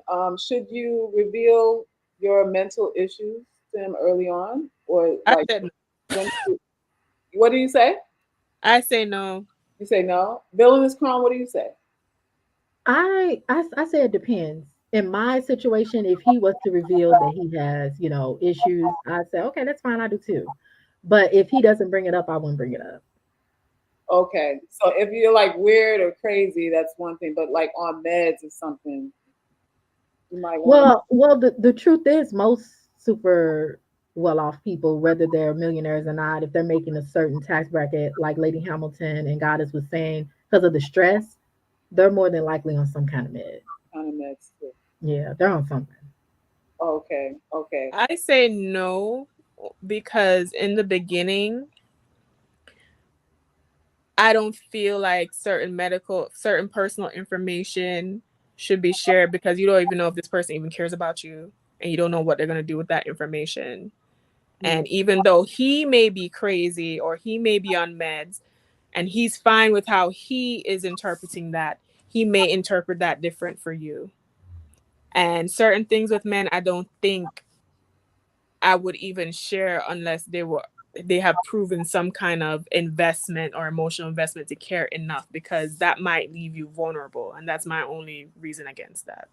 But as far as being weird or crazy, he's going to pick that up in your personality, and if he likes weird or crazy, then that will reflect in your personality and he would like it. He doesn't need to know your medical history right away.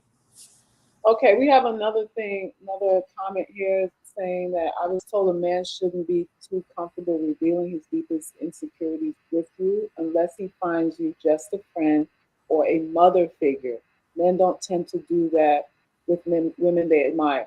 So, Crone, do you feel like if he's sharing his intimate details with you, he's not, basically what she's saying is that he's not sexually attracted to you if he's sharing all of his deepest, darkest secrets with you. Do you agree with that? No, Okay. I think when men do that, they're testing the waters too, because there's different types of men. Just Yeah. like your series was saying about the different types of men and their needs, and so everything is categorized, and maybe right off the bat he sees you as long-term potential. So it's like, okay, I So, can. so you're saying if he does reveal intimate insecurities about himself, he may be putting you in the long term box to trust you enough with all of that information. What you're saying? Yeah, in my experience, that's what it's been. Okay. It's been, if they see that with you, they'll relay certain things with you. And, it's up to you if you want to share certain things about yourself or not. It's Right. not a must. It's up to you if you want to say, well, yeah, sometimes it's best to just listen. Sometimes it's best to just hear what he has to say. Okay. So what you're saying is, if he is transparent with you, you do not have to match that by being transparent with him. He will trust you whether you're transparent back. True. Now, How if you you are comfortable, huh? So it's how you handle the information that he gives Right, what right, makes you trust, right, not that you're right, transparent to. right. Because if you're not comfortable being transparent, and of course, as women, we have in our minds, is it through long term? Is he short term? I'm getting to know him better. Um, but at some point, for me anyway, whatever you're trying to hide is going to come out anyway, especially if you're with this person long term. You Yeah. can you can try to hide whatever you want. I've learned, I used to be that way. Oh no, I'm not telling the man shit. I'm not telling the man nothing. But it comes out in other ways, Yeah. not through your words, through your actions. Actions always speak louder than words. So whether you're trying to hide it and you're trying to be the mysterious goddess, those actions are always going to speak anyway. And he's going to pick up on that anyways.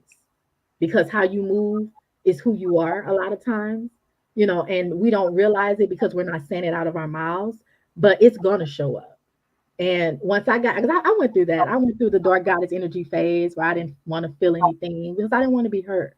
And I'm just being honest. So that vulnerability stage for me was like, I'm not telling these dudes a goddamn thing about me. I'm going to move and try to move like a dude and match his energy and all that. But what I found was this.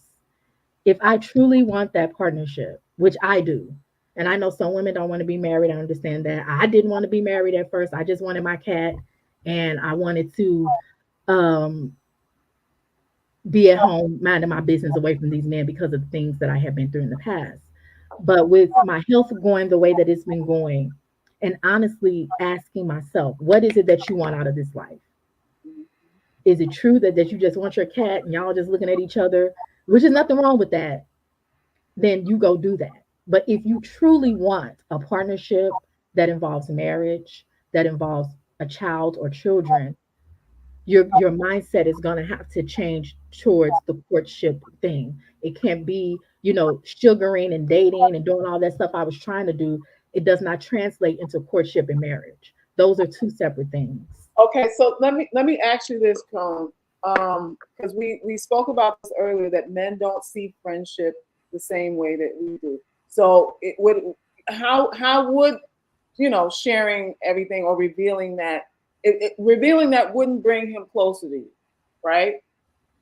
Because he doesn't value the friendship in the same way. So you would be revealing that for your benefit, you would say, just so maybe the stress of hiding, concealing, or whatever. Like, what would be the benefit to you if he doesn't value all that transparency stuff? As Lady Hamilton was pointed out, it would be of value to him because the way men are thinking, like, are you an asset? So that would be a value for him to know, are you going to be an asset to my life, or are you going to be a hindrance to my life and a liability to my life? Women aren't saying anything, but they're reading, like Lady Hamilton was saying, like liabilities. Okay. You don't have to say it. You're reading like a liability to his life. The way you are is still going to come through, and it's going to be at a moment you're not expecting. You don't have to say it. The way you move and the way you are, a lot of men pick up on the nuances anyway. So it's not about a friendship, it's about whether you're a liability doing that. Yes, when it comes to partnership, especially if he's looking at you long term. Now, if it's just a short term thing, if he's looking at you long term and it's going to be a partnership, who you are is still going to come out, and he's still evaluating that in his mind. He's clocking it in his head. Yeah. Whether you're saying it or not, you're going to show it because we are who we are. Yeah. I've been in situations I don't have to say a thing, but he's watching. But He's watching. And I don't know, as women, sometimes we think we're paying attention and men aren't. Men are paying attention. Yeah. We can say all day long, oh, I could put up my shield. You got guys that clock your shield right away. They see right through your bullshit. They see every move you make. You could be saying one thing and doing another, and they clock it because what you're doing matters. What you're saying, what you're doing matters. Just like we can see a lot of times when we sit back and watch how he moves, we spend enough time with him, it's gonna come out. It's gonna come out. Whether he tells you or not, who a person is always gonna reflect in how they move in life. So your response to that, the remedy for all of that is it, are we leaning back towards just being your authentic self and not putting on airs, pressuring yourself to develop another alter ego, alter personality that he's going to see through anyway? I've moved away from that. I used to live like that was my thing. Sarkis, like that was I was dark goddess energy heavy.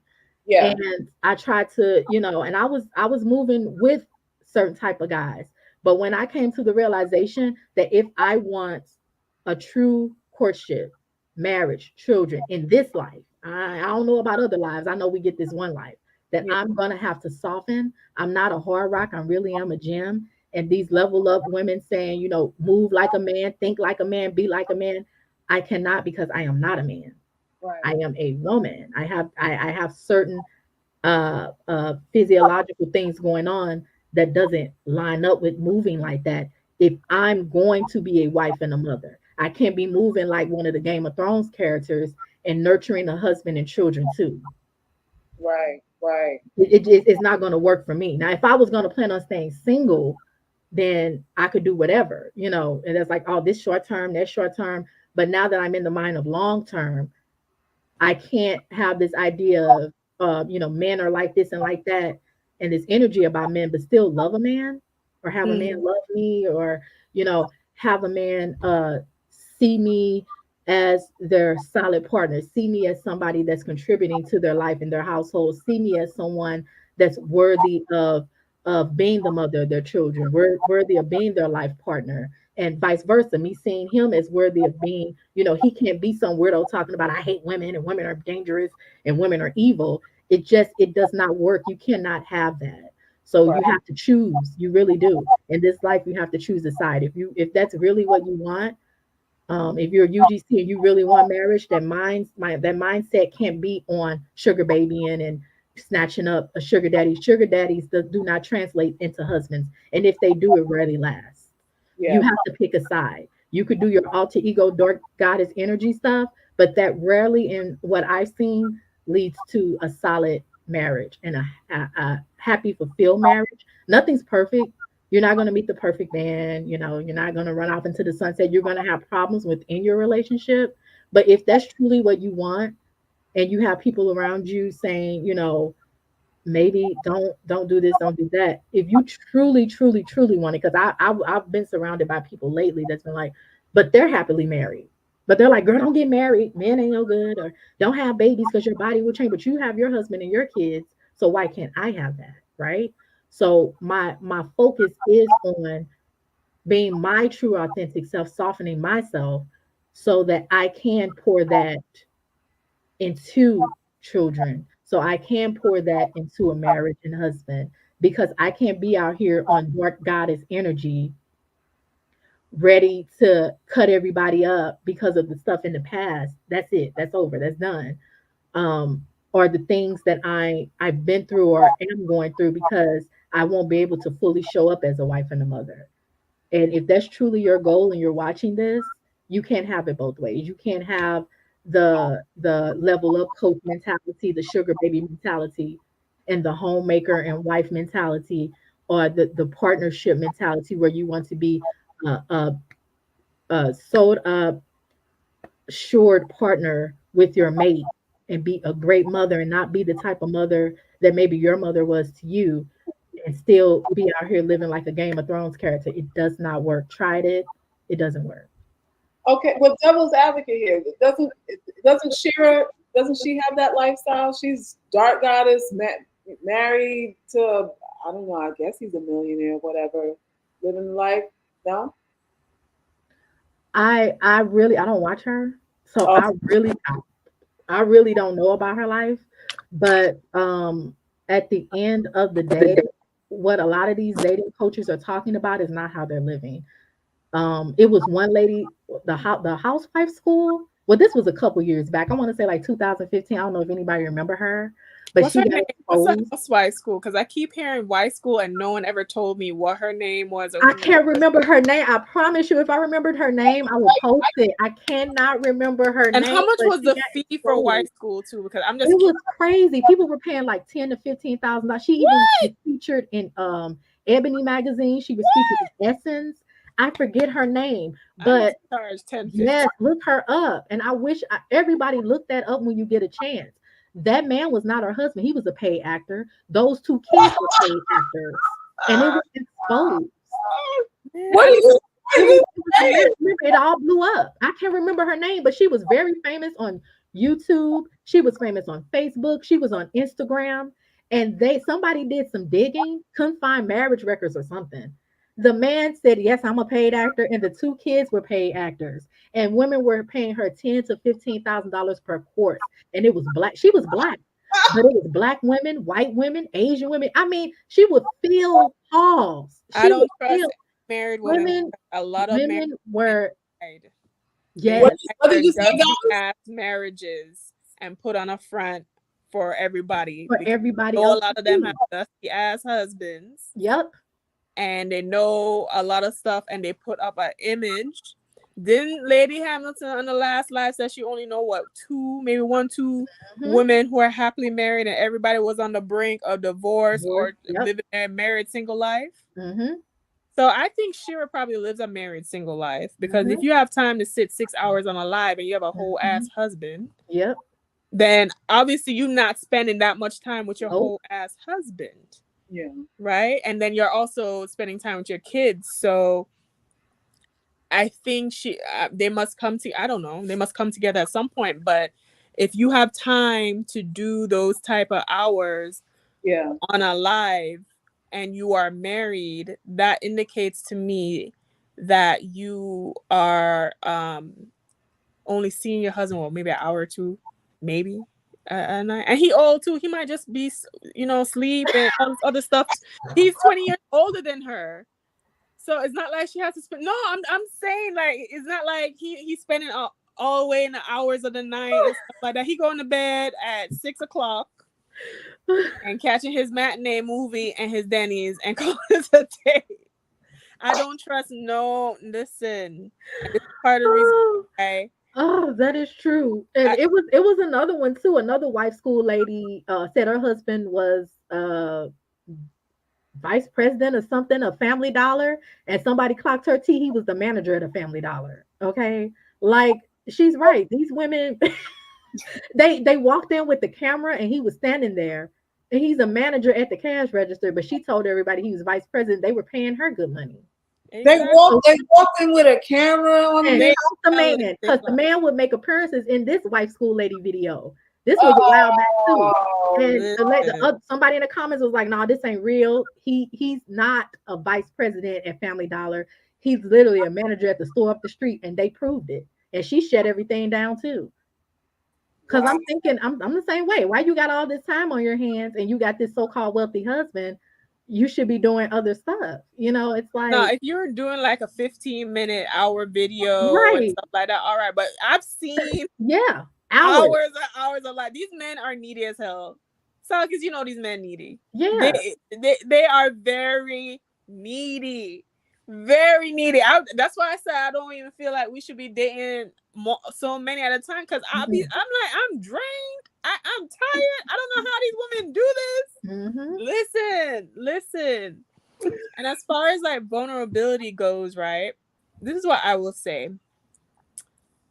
Your authenticity and your vulnerability is for you.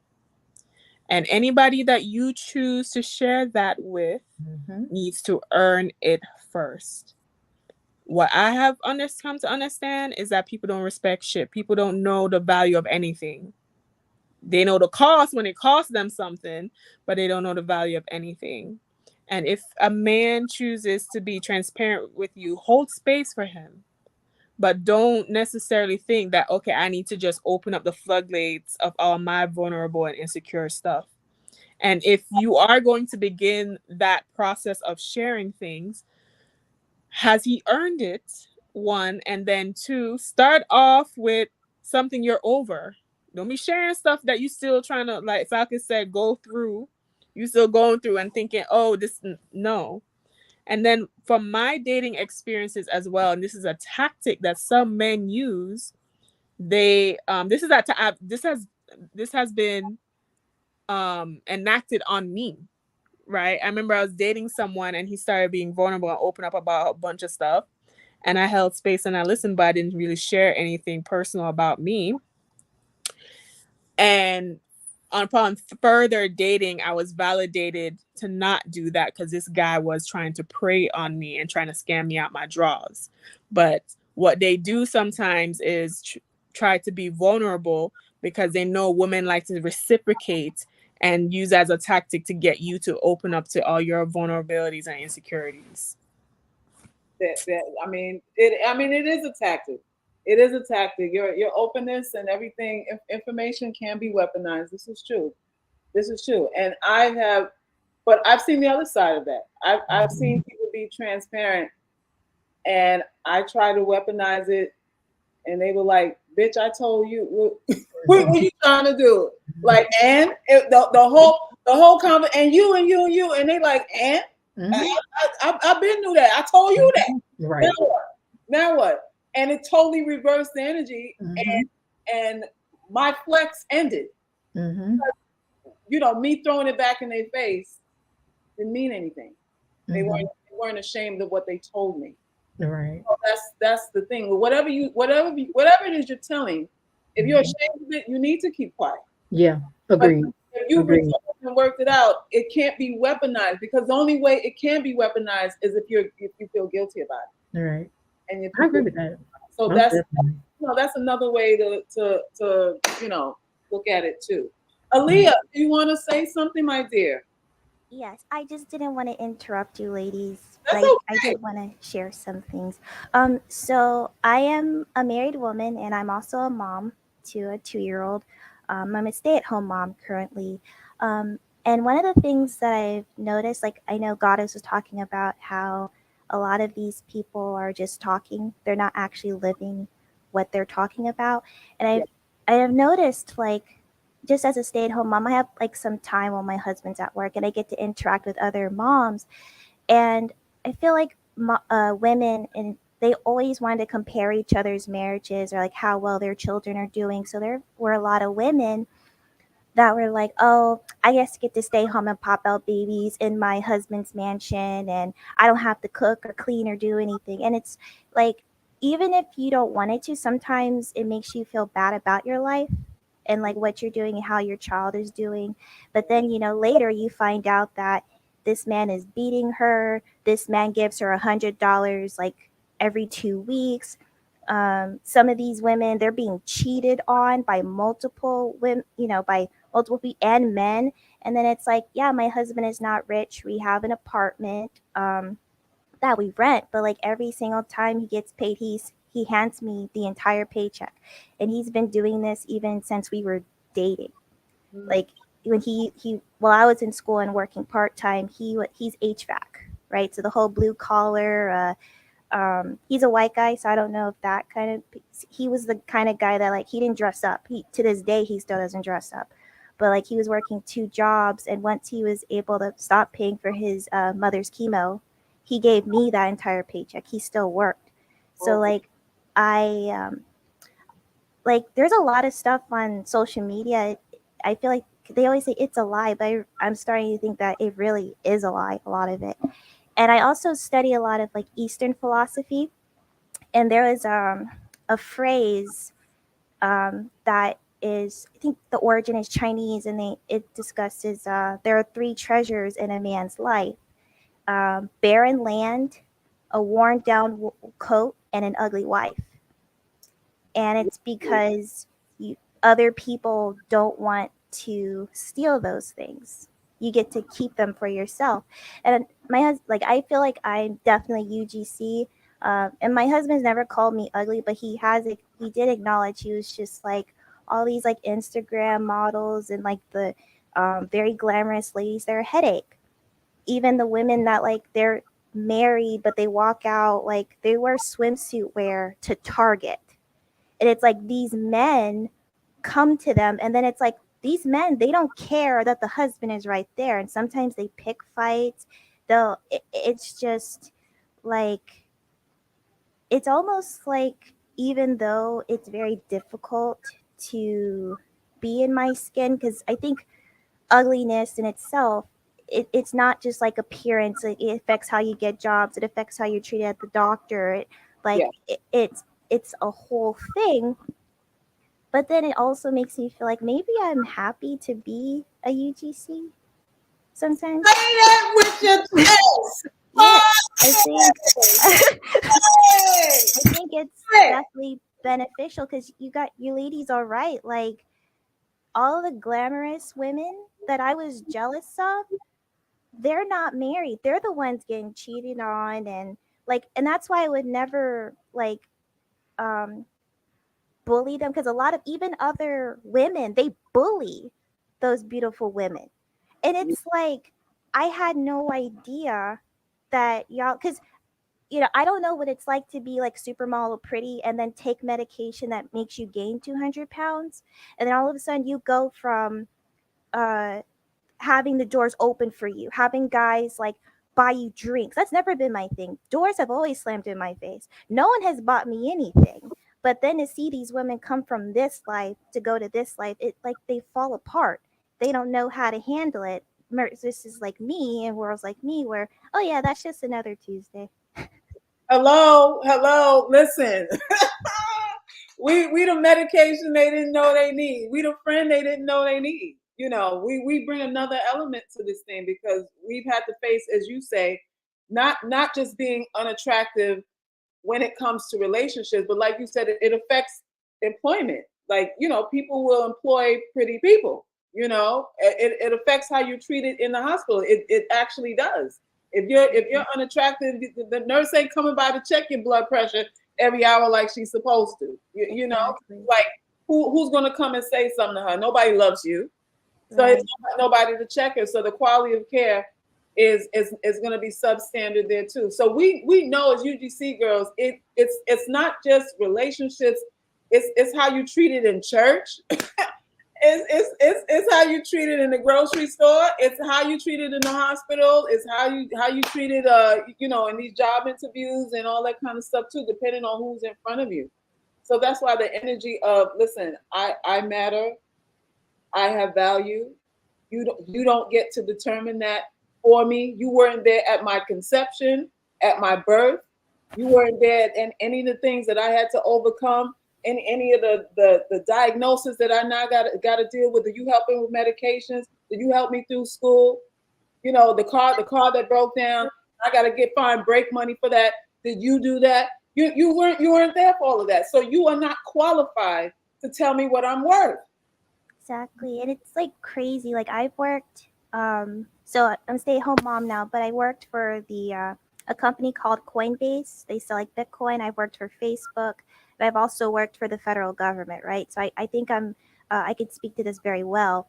And it's just really weird how like my sister is kind of like this, where she can walk through the door and get an interview and get the job same day, like no second interview or anything like that. So I know women that not as educated as me, not they don't have to work as hard. But then when these women get into these positions, they're a liability. They're a massive liability. And like programs fail, millions of dollars lost, and then they hire the UGC girl that has the education, that knows how to negotiate. Like, come fix this, come clean this up for me. And over time, I think that a lot of business people, like I think like one of the CFOs for Coinbase, he actually said he loves hiring black women because like we're honest, we get the job done, and all of that stuff. So even like because I don't think black women are ugly, but I think this is society does. But I think that it forces us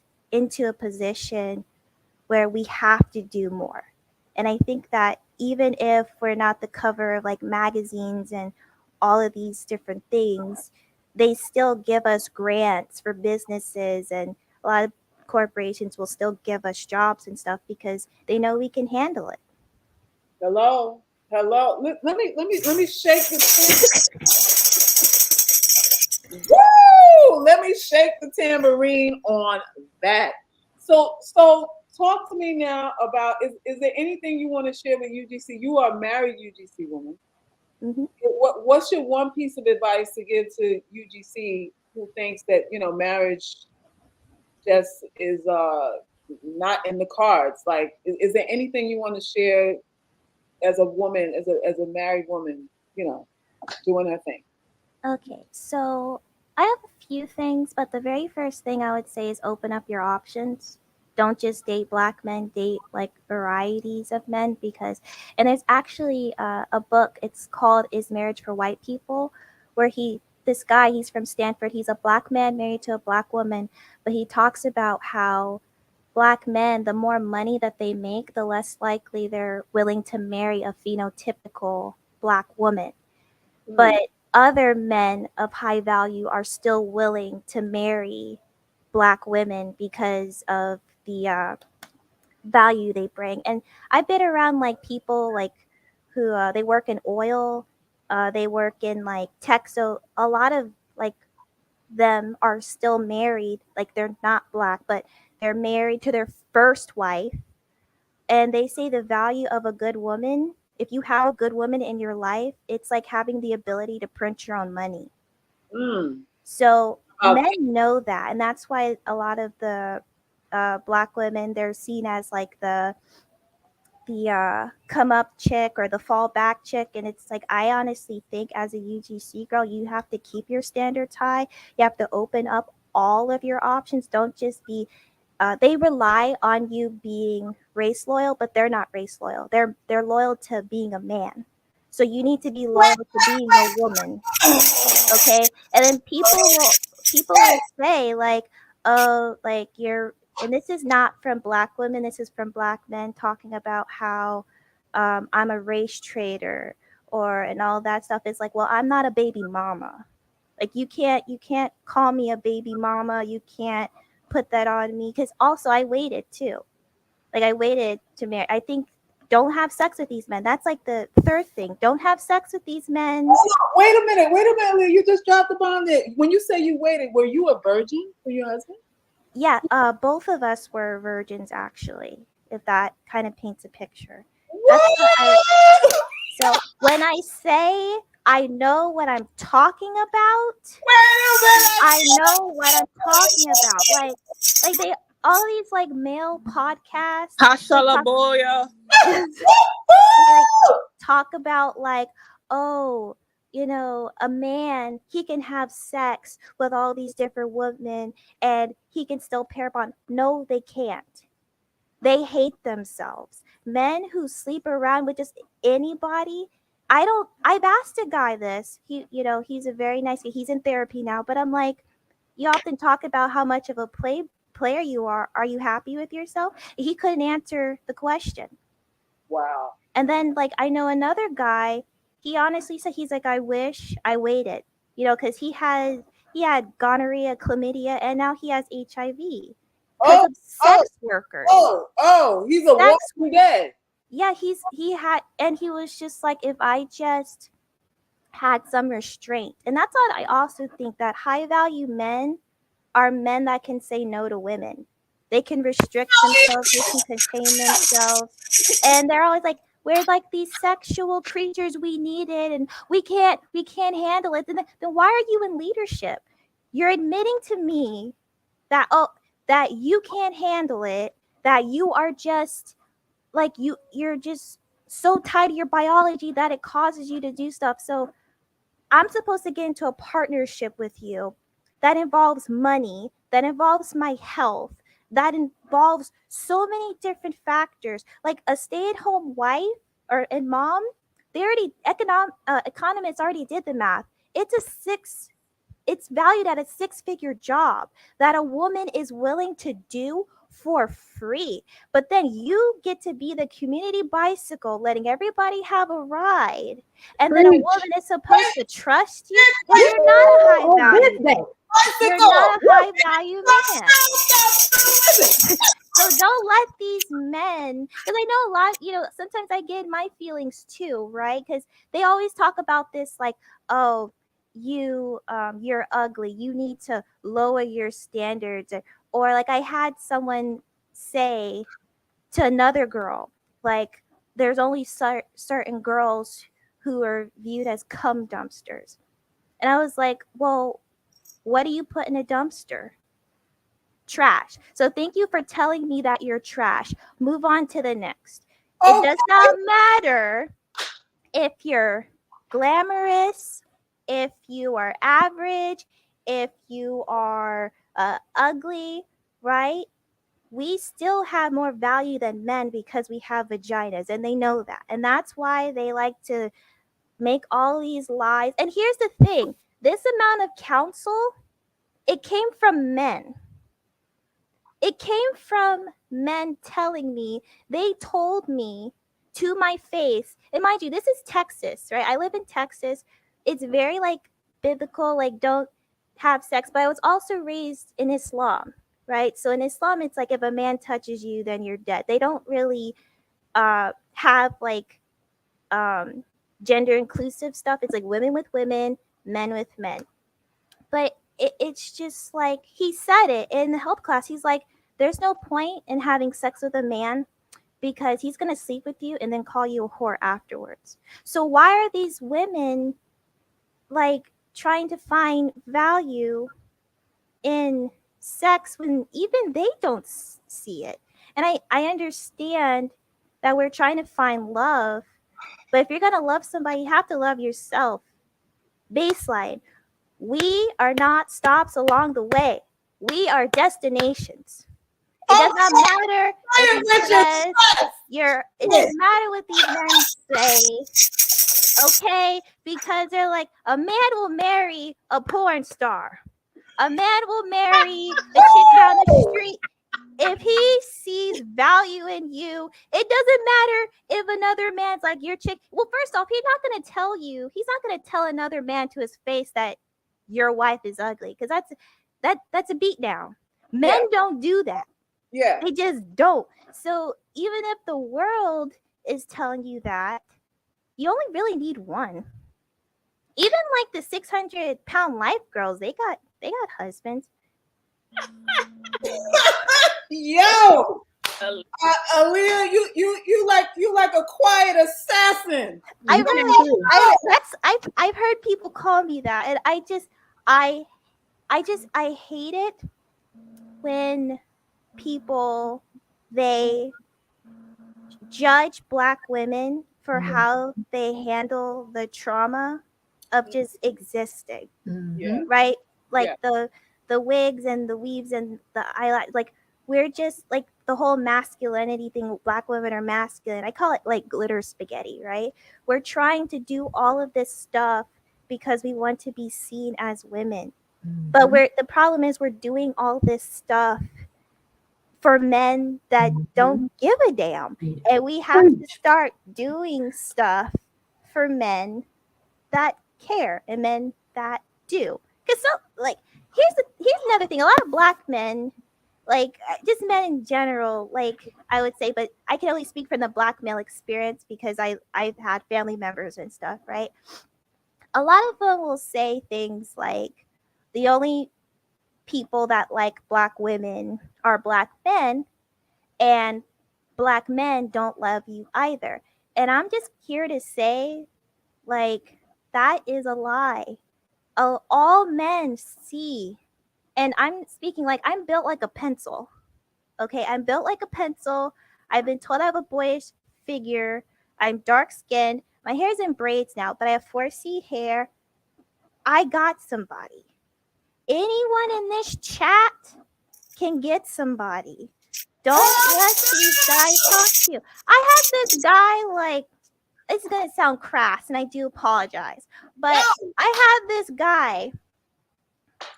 He was talking about, he was talking to my now husband at the time, talking about my body, talking about like, oh, she thin, oh, she got a little booty, she can't do nothing for me. And my husband was at the time boyfriend, or he's like, yeah, I see what you mean. Oh, you see what you mean, and now you try to grab me every time I walk across the room. These men are lying. They are lying. Talk about, oh, I need fit, feminine, and friendly. Then why are you with the plus size woman? Like, and I honestly think that they're lying for other men, because what they feel is like they love and they're attracted to, they realize that the world doesn't put them on a pedestal. So to make themselves look better, right? Because these some weak ass bitches, they can't be honest about what they like and go out and get what they like. So they lie to other men or marry the woman that they're not attracted to, and then sleep with the woman that they actually like. And you see this all the time. That's why a lot of the, like, you not the pretty girls, right? They get to marry the Black athlete or the Black musician, and then they get cheated on with the one that's the UGC. Yep. And it's like, because that's who he liked, but he's with you for images. Talk to me, God damn. Yeah, I'm gonna stay here for a long time because I feel like this group has made me feel so much better about life.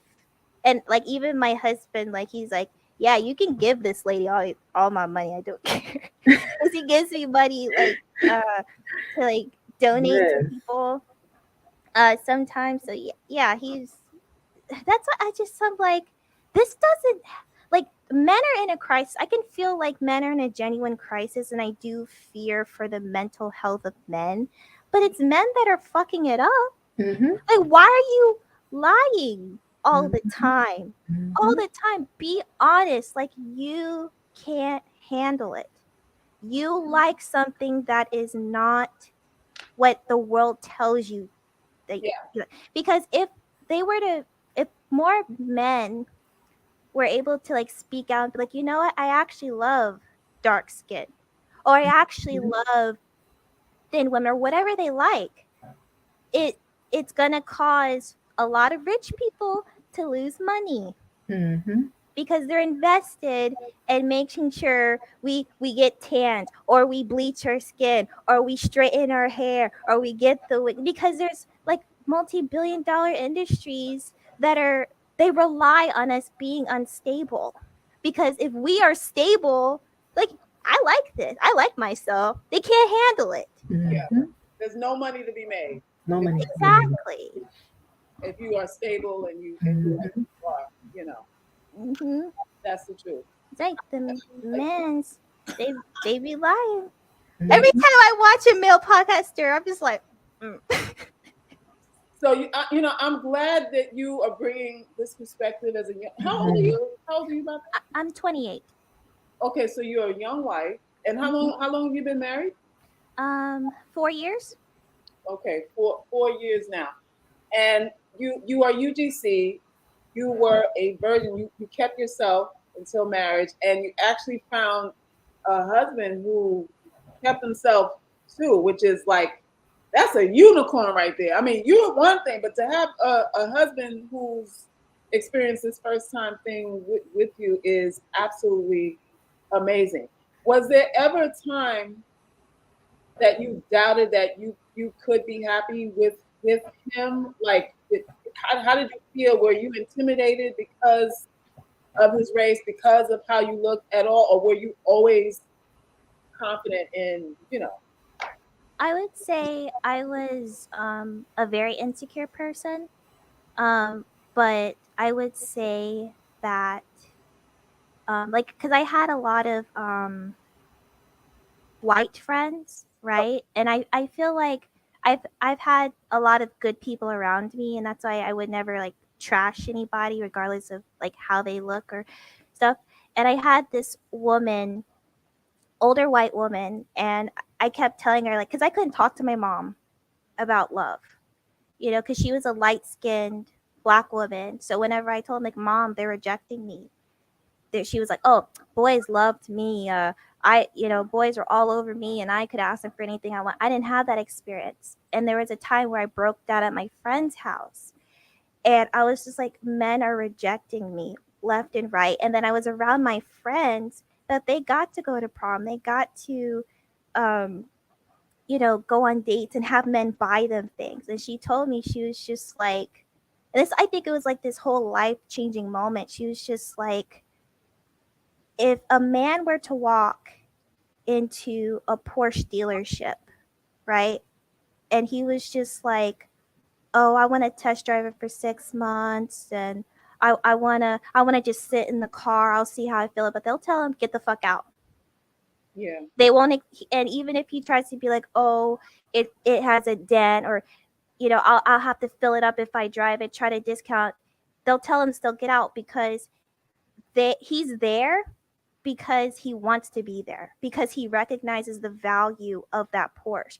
So he said that, or she said, even if the world is telling you you're a Mazda 626, you're a lemon vehicle, you have to carry yourself like you are that Porsche. So that's why, when men, because men can be really cruel, yeah. right? They'll like calling me ugly chick and all that stuff, and I'm like, well, can I be ugly and be left alone? And then they get mad. Like when you acknowledge, I'm like, okay, you think I'm ugly. I'm acknowledging that you think I'm ugly. How do we move from here? Yes, they get upset. Y'all Yeah. notice that? And They get frustrated. they also, and this is also what and because I do pole dancing for fitness. Well, And goddamn. Well, so some of the women in the class, they were former sex workers. So that's how they knew the moves and stuff, right? So I sometimes after class, I'll ask them questions. And it's a white woman. She was explaining because she was an escort. And she was saying that the world recognizes or views dark skinned women and like plus size women as the low hanging fruit. It's like if they go after everybody else and everybody else rejects them, they'll still have you at the end of the day.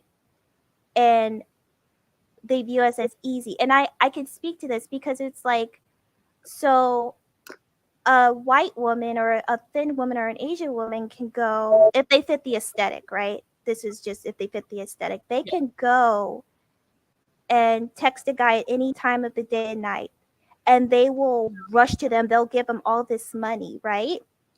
But a black woman, oh, you have to accept the bare minimum. But when they realize that you're not going to, you're supposed to, because you are who you are. So that's why it's like I was very insecure, and even with his family, I would say most of the people in his family liked me except for his mother and his younger sister. And even on our wedding day, they called him and said, if you marry her, you're not going to be my son anymore. You're not going to be my brother anymore. Oh, wow. And he actually deleted their numbers. He doesn't talk to them. And because they thought that I wasn't worth it. The first they thought I was a fling. And when we were first dating, or he wanted to ask me out, I rejected him 2 times. I rejected him 2 times because I thought that I was like his, like, I wasn't trying to be this whole black girl, white man fantasy, because that's how a lot of like white men will approach black women, be like, if I'm with you, can I say the N-word now? And it's like, no, get out. I don't know. But he was always like very genuine. And I feel like there's someone here who asked, like, should you reveal your like mental health struggles? And like I agree with everyone saying like don't tell them, but I also personal experience could say that the body keeps the score. The men can look at you and tell. And Yeah. I had like PTSD and stuff, so I walked around the world like someone who has it, and he had to like remind. He's like, no, you're actually safe with me. And Wow. I tell him straight up, like, I'm not like having sex with you. I'll pay for dates. I don't mind pay 50-50 because, I'm not to be bought. And I'm saying this like I got a promise ring, an engagement ring, and a wedding band. Did not have to sleep with him. He did not pressure me. And there are men out here that are like that. But you need to stop. You need to stop messing with these men who are not they're not worth it. And here's the thing: if you have to move to a different city, a different state, a different country, do that. But Yeah. we're not no. It does not matter if we're ugly. It does not matter. And that's another thing. Because one of the things that, and I think a lot of guys are getting upset, and that's why they're like, we're not going to date anymore. Because, a lot of women are talking and they're like, oh, well, I got a Gucci bag, or I got shoes, or he took me on vacation. I didn't have to sleep with him and all that. And then the other girls are looking like, this is the type of treatment that you get? I want that too. Yeah. So a lot of the guys that are like coming to you like, oh, we need to have sex, or, we're not, bye. But they're so used to girls just doing that. So just like cut them off. Yeah. Oh my God. Listen, girl, you done lit up this room. You this was a sermon. Somebody's life has changed today because of what you said. I know it. I hope so. Know I it. hope so, because I feel like I was able to do this and move this way because I had guidance. I had male guidance. I had like white people guiding me because they know people are racist. And they also know, especially with the it's unfortunate, but like the black community, like the levels of degeneracy and like all the shit that dark skinned women have to go through. They see it. They just don't say anything because they're like, you're racist. So they're held to a certain standard. So you can't fix your stuff. You can knock a woman up and then not raise the kid. But if I say something about it, then I'm a racist. That's the kind of stuff that they're dealing with. So they see, but they just don't say anything. And then they'll say it to people that they, I guess, want to protect. Yeah. Yeah. That's it. That's it. I think you broke down the game in a nutshell. We gotta have you back on another I'll, panel, Aaliyah, I'll please. be here. I'll be here. Like, Ooh, I will share with you because someone shared with me. And because they shared with me, I'm I'm here where I'm at. wow, wow. Well, we appreciate you and your wisdom and knowledge, and we definitely want you to come back on and talk about your life as a wife, the courtship phase, how you were able to keep yourself from getting poked before marriage, all of that good stuff. We're gonna have to get you back on another time for your life story. Abilis Crone, come back through and let's land the plane on some of this. What other points did you want to bring up as to the misconceptions, or the things that we need to know with these with dating and being candidates? Because a lot of us, we feel we just out the game and it's no hope. What else do we need to know? What else haven't you covered that we need to know? Leah covered all of the bases. I mean, she had all my notes. This is all my notes. They're my notes. She all of them. She covered everything. Yeah, She yeah. covered everything. It was I think it was I Dash that said something that stood out to me too in the comments when she said something about getting clear about what you really want as UGC. What Mm, I find about us as UGC, we are not clear about what we want. Like I said, if y'all are still following a lot of these dating coaches and they're telling you the stuff like Aaliyah was saying about being a sugar baby and doing all of this stuff, and this is going to get you a husband if you do this and that. Just like I was saying earlier, and like Aaliyah brought home, men are marrying you for what they're marrying you for. So if you're stuck on that, I have to look a certain way, I have to be a certain way, I have to move like a Game of Thrones character out here because sprinkle, sprinkle, and all this stuff. Um, Keep in mind you can't do both. I Dash said that, and I thought that was a profound comment. I Dash said you cannot do both. You have to choose. If you really are about that life, go for it. But like Lauren Hill said, don't be a hard rock when you really are a gem. If you really have something to pour into a husband and children, like you see Aaliyah is doing, yes, she's really inspirational to me because that's the lifestyle that I desire. And I can tell by her overall, her aura, she's a good wife and mom. yep. That's what I'm aspiring to do. So that's the pathway I'm taking. And ladies, if you are in here and that's what you want and you truly want it, you don't have to get rid of your fur babies. You can love your fur babies too, but you truly know deep inside you have something to pour into a family of your own. Go that route. You can't be in conflict with yourself. You have to get clear about yourself and what you want. You truly, truly want a husband and children. Go that route. There is somebody for everybody. There is a man for you. All the men in the world ain't got to want you. All the men in the world don't have to be after you. But that one man that you know that is falling on the sword for you, that is showing up and showing you you are his. Go that route. Go be happy. Go have your babies. Raise them in the love that you never got, even if you never gotten it. Show them that love. Teach those things to them that you wish somebody would have taught you. So be open to that. Go ahead, live your life. Stop being out here wondering, or am I worthy of getting? Go ahead and live your life. Like Aaliyah said, they're choosing all kinds. That's what I was trying to bring home earlier. It is for you. I see all kind of women walking around here, married, happy, living their best lives, look nothing like IG models. Um, Everything that Lady Hamilton was saying, everything that Goddard was saying, everything that Aaliyah was saying.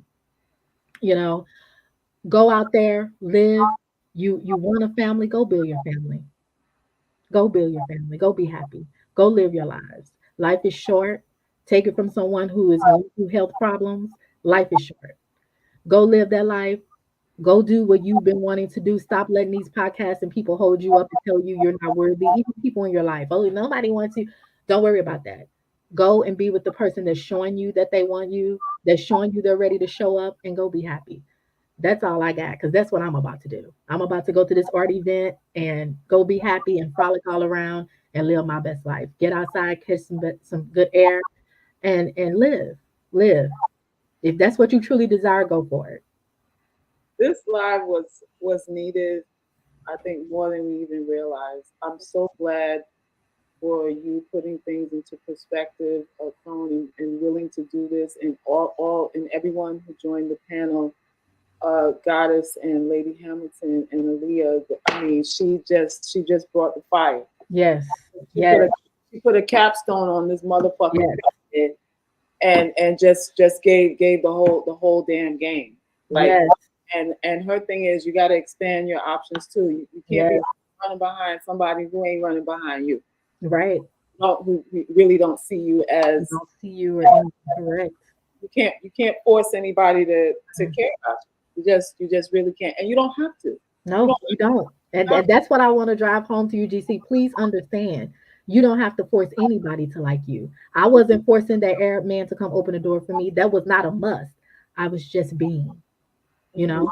So all of this trying to force it, whether you wear wigs or not, it doesn't matter. Just be. Stop trying to force all of this nonsense.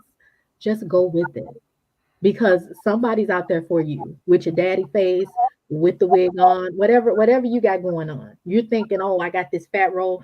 Somebody gonna love that fat roll. Just go ahead with it. Do what you got to do to build the life that you want in the now, because it's not gonna go on forever. All we have is the now. All we have is now. That's it. And like I had said before, if you want something to be afraid of, you can be afraid of death, because Mhm. that's coming for us all. If you want something to be intimidated by and insecure about, you can be insecure about death, but nothing else. You That's know, it. we all human beings out here. We all hiding stuff, wanting stuff, needing stuff. Upset about things, embarrassed about things, ashamed about things, which things never happened. That's everybody's story, and no, and really nobody is better than you in that sense, because nobody can be you. To say you're better than me is to say that we're similar. There's only me, only one of me walking around Mhm. here. I'm not compared. I'm not comparable to anybody else. So it's so also, and in that sense, it's also not my role, my responsibility to show that I'm better than you either. Mhm. I don't have to do that either. You Yeah. know, it's just a waste of space. It's a waste of life. It really is a waste of life. Your energy is what dictates your reality. What you decided to believe is the direction that you go. And I Mhm. know we've heard that all before. Maybe some of y'all don't even believe it, but when you think about all your beliefs, they are operating in your life on a daily basis. You are Mhm. deciding what not to do and what to do based on what you believe. You're either avoiding pain, or going to pleasure, or deciding to be gluttonous, or deciding to starve yourself, or whatever it is you're trying to do based on some belief. So we got to get clear about, like Crone says, what do you want? Mhm. And be resolute about that. Don't go, okay, I want this because she wants it. You want it because you want it, and you believe that you can get it because you believe that you can get it. What the results that someone else gets can't necessarily be your own. They walk in their own path. Mhm. They walk in their own path. So, we can get inspiration, but Mhm. at the end of the day, you can be inspired all day long. It's still going. You still have to circle back around to Mhm. what you believe. Mhm. You're in a dance with that. You're in a dance with your biases. You're in a dance with what you're deflecting from. You're in a dance with what you're denying. That's what you're dancing with. That is what you're dancing with. Fresh and Fit can't tell you who you can get. Kevin Samuels can tell you what you can get. He was clowning fat women and had an enlarged heart, obviously, Mhm.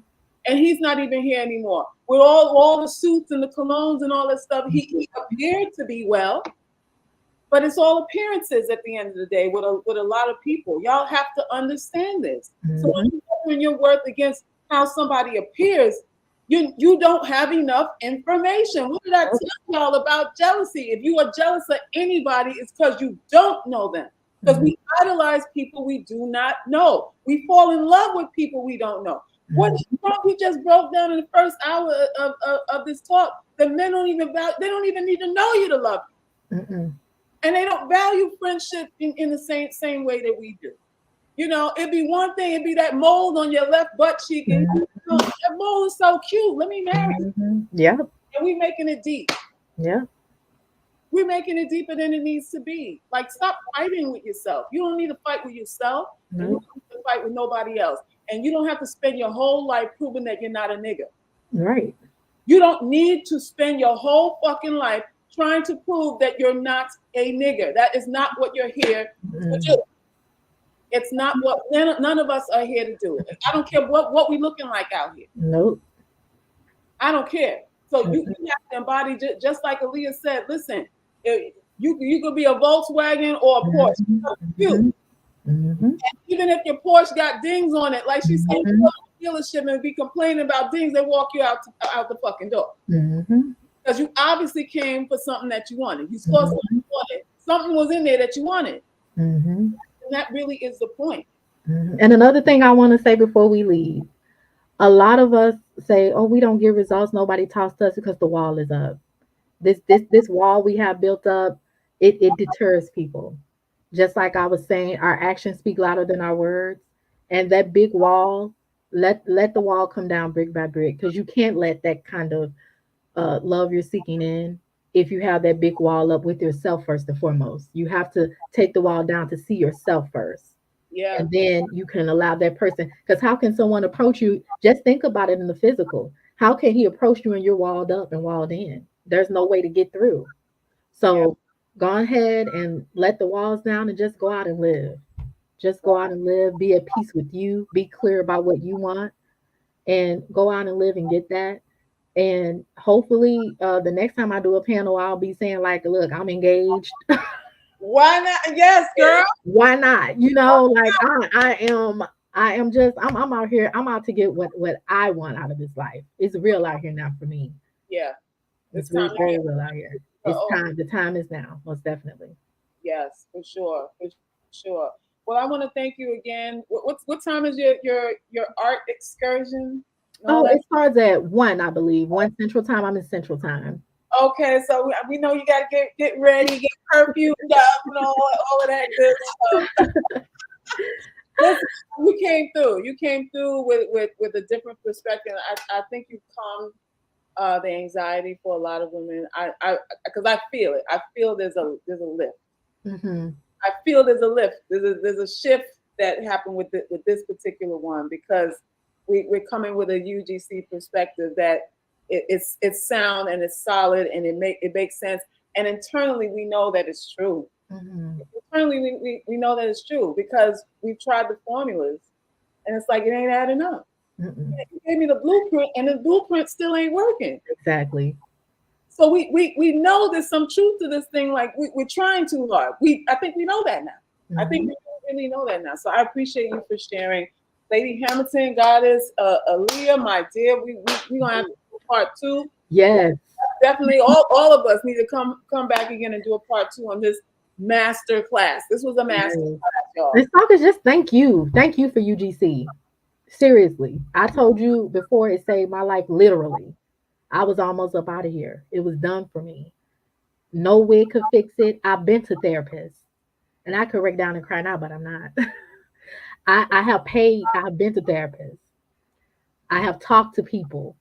I have fallen on the altar. I fasted. I've done all the things that a lot of y'all are still doing.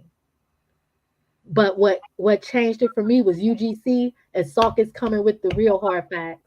And for the first 2 years or so, I resisted it. And I would leave and stay away. I'd be like, no, I'm going over here to High Value City, man. And this woman said, put on this dress. And I have worn every tight dress. And I have worn every wig known to man. I don't have anything against any of that stuff. I have worn all kinds of makeup. Whatever makeup it is out there, I have tried it. Trust and believe. I've been to Ulta, Sephora, everywhere. None of that fixed it. What fixed it was facing myself, going through my shadow work, understanding what I really want out of this world. And I stopped letting people talk me out of it, because I had so many people like, oh, you won't get married, you won't have this, you won't have that. As someone who has been married before and divorced, oh, black women, they get married that one good time and that's it. You'll never get married again. Oh, you're almost 40, it's too old for you to have a child. You'll never get. I know this is stuff y'all are hearing too. Oh, you're dark skinned. Oh, you have alopecia. Oh, this, oh, that. The thing is, I had to stop and look around me. And around me, I'm seeing women of all colors, shapes, sizes, tall, skinny, short, fat, living, living good, solid lives, pouring into marriages because everybody's not getting cheated on. Like Aaliyah was saying, everybody's not getting mistreated in their marriage. There are some good, solid men out here that have some good, solid UGC girls. There's some good, solid men out here looking for some good, solid UGC girls that are ready to marry, that are ready to be fathers and husbands. And I don't know about y'all, but I'm ready. I'm not going to be sitting around, sitting in the house, not being, I'm going out to be seen. I'm going to meet mine. There you go. I'm going to go ahead and build the life that I want and frolic around too, because we are worthy too. We're not just garbage to be thrown away. We're people and we're worthy too. And all it takes is one. We ain't out here trying to get a whole harem of dude. You just need your one good dude that looks at you as his partner and that's ready to build something. You are worthy. And if that's truly what you want, go for it. Go for it. It's time now. Like UGC is the groundwork to build your foundation to go out and live the life you truly want right now. All this other stuff is just noise. The Well, living is for now. Thank you so much, Talkers. I appreciate you so much. I appreciate all of you. Y'all, I appreciate all of you. I'm gonna disconnect now and cry. I'm not gonna be crying. I'm gonna cry off air. That sort of thing. I appreciate all of you. I mean, really, really, really, get out there and win, y'all. This is your life. This is your life. Don't let nobody hold you back no more. Don't let no other chick try to intimidate you, slight you, and all that kind of stuff. Own your space. Give yourself some room. Acknowledge that you are one of a kind in this world. There's only one of you. You ain't about comparing yourself. There's only one of you, so you don't need to compare yourself. For that reason and that reason alone, and this is my message to UGC. Don't let nobody put you underneath the dirt, y'all. That's all I got. That's all I got. Y'all will be able to see the replay. Lala, hey y'all. Thank you, Josie, too. All of you. I appreciate all of you. So hit the replay. When you get the titles to those books, if you can, send me the title so that I can post it up in the description underneath the live in case, there's some books that they can get or whatever you think. I most definitely will. I most definitely will be looking. I'll be looking through my books and I'll see what I still got left from those books my dad used to give me and used to read with me. Most definitely. Yeah. And God bless your daddy for making such a wonderful daughter, a wonderful human being. For real. Thank you. I love y'all. I love UGC. I love all of y'all. Just encourage me so much. I can just go through the whole list. All y'all, African Queen, Yes. Timmy has encouraged me. Goddess has encouraged me in times when I was really down. They came through. Yeah. They came through, and I am just so blessed. Lady Hamilton dropping gems on me, like you, Saucus, dropping gems on me. It's just been phenomenal to be a part of UGC. We're more powerful. When we really come together and it's not about competition, we can transcend a lot faster than other women who are just trying to claw each other and pull each other down. We ain't got time for none of that. We here to win. Yes. So that's it. All right, my dear, go and enjoy the rest of your day and everything. I will hit y'all back, the comment section, the replay. And I just want to thank y'all. Let everybody know on YouTube that they in the community tab section where I posted that we were going live, leave a comment there of what you thought of the live and how they missed out. Just do that for me. Let them know that they missed out on something phenomenal here, because I believe this one's gonna change people's lives. It really is. All right, UGC, peace and love, you guys.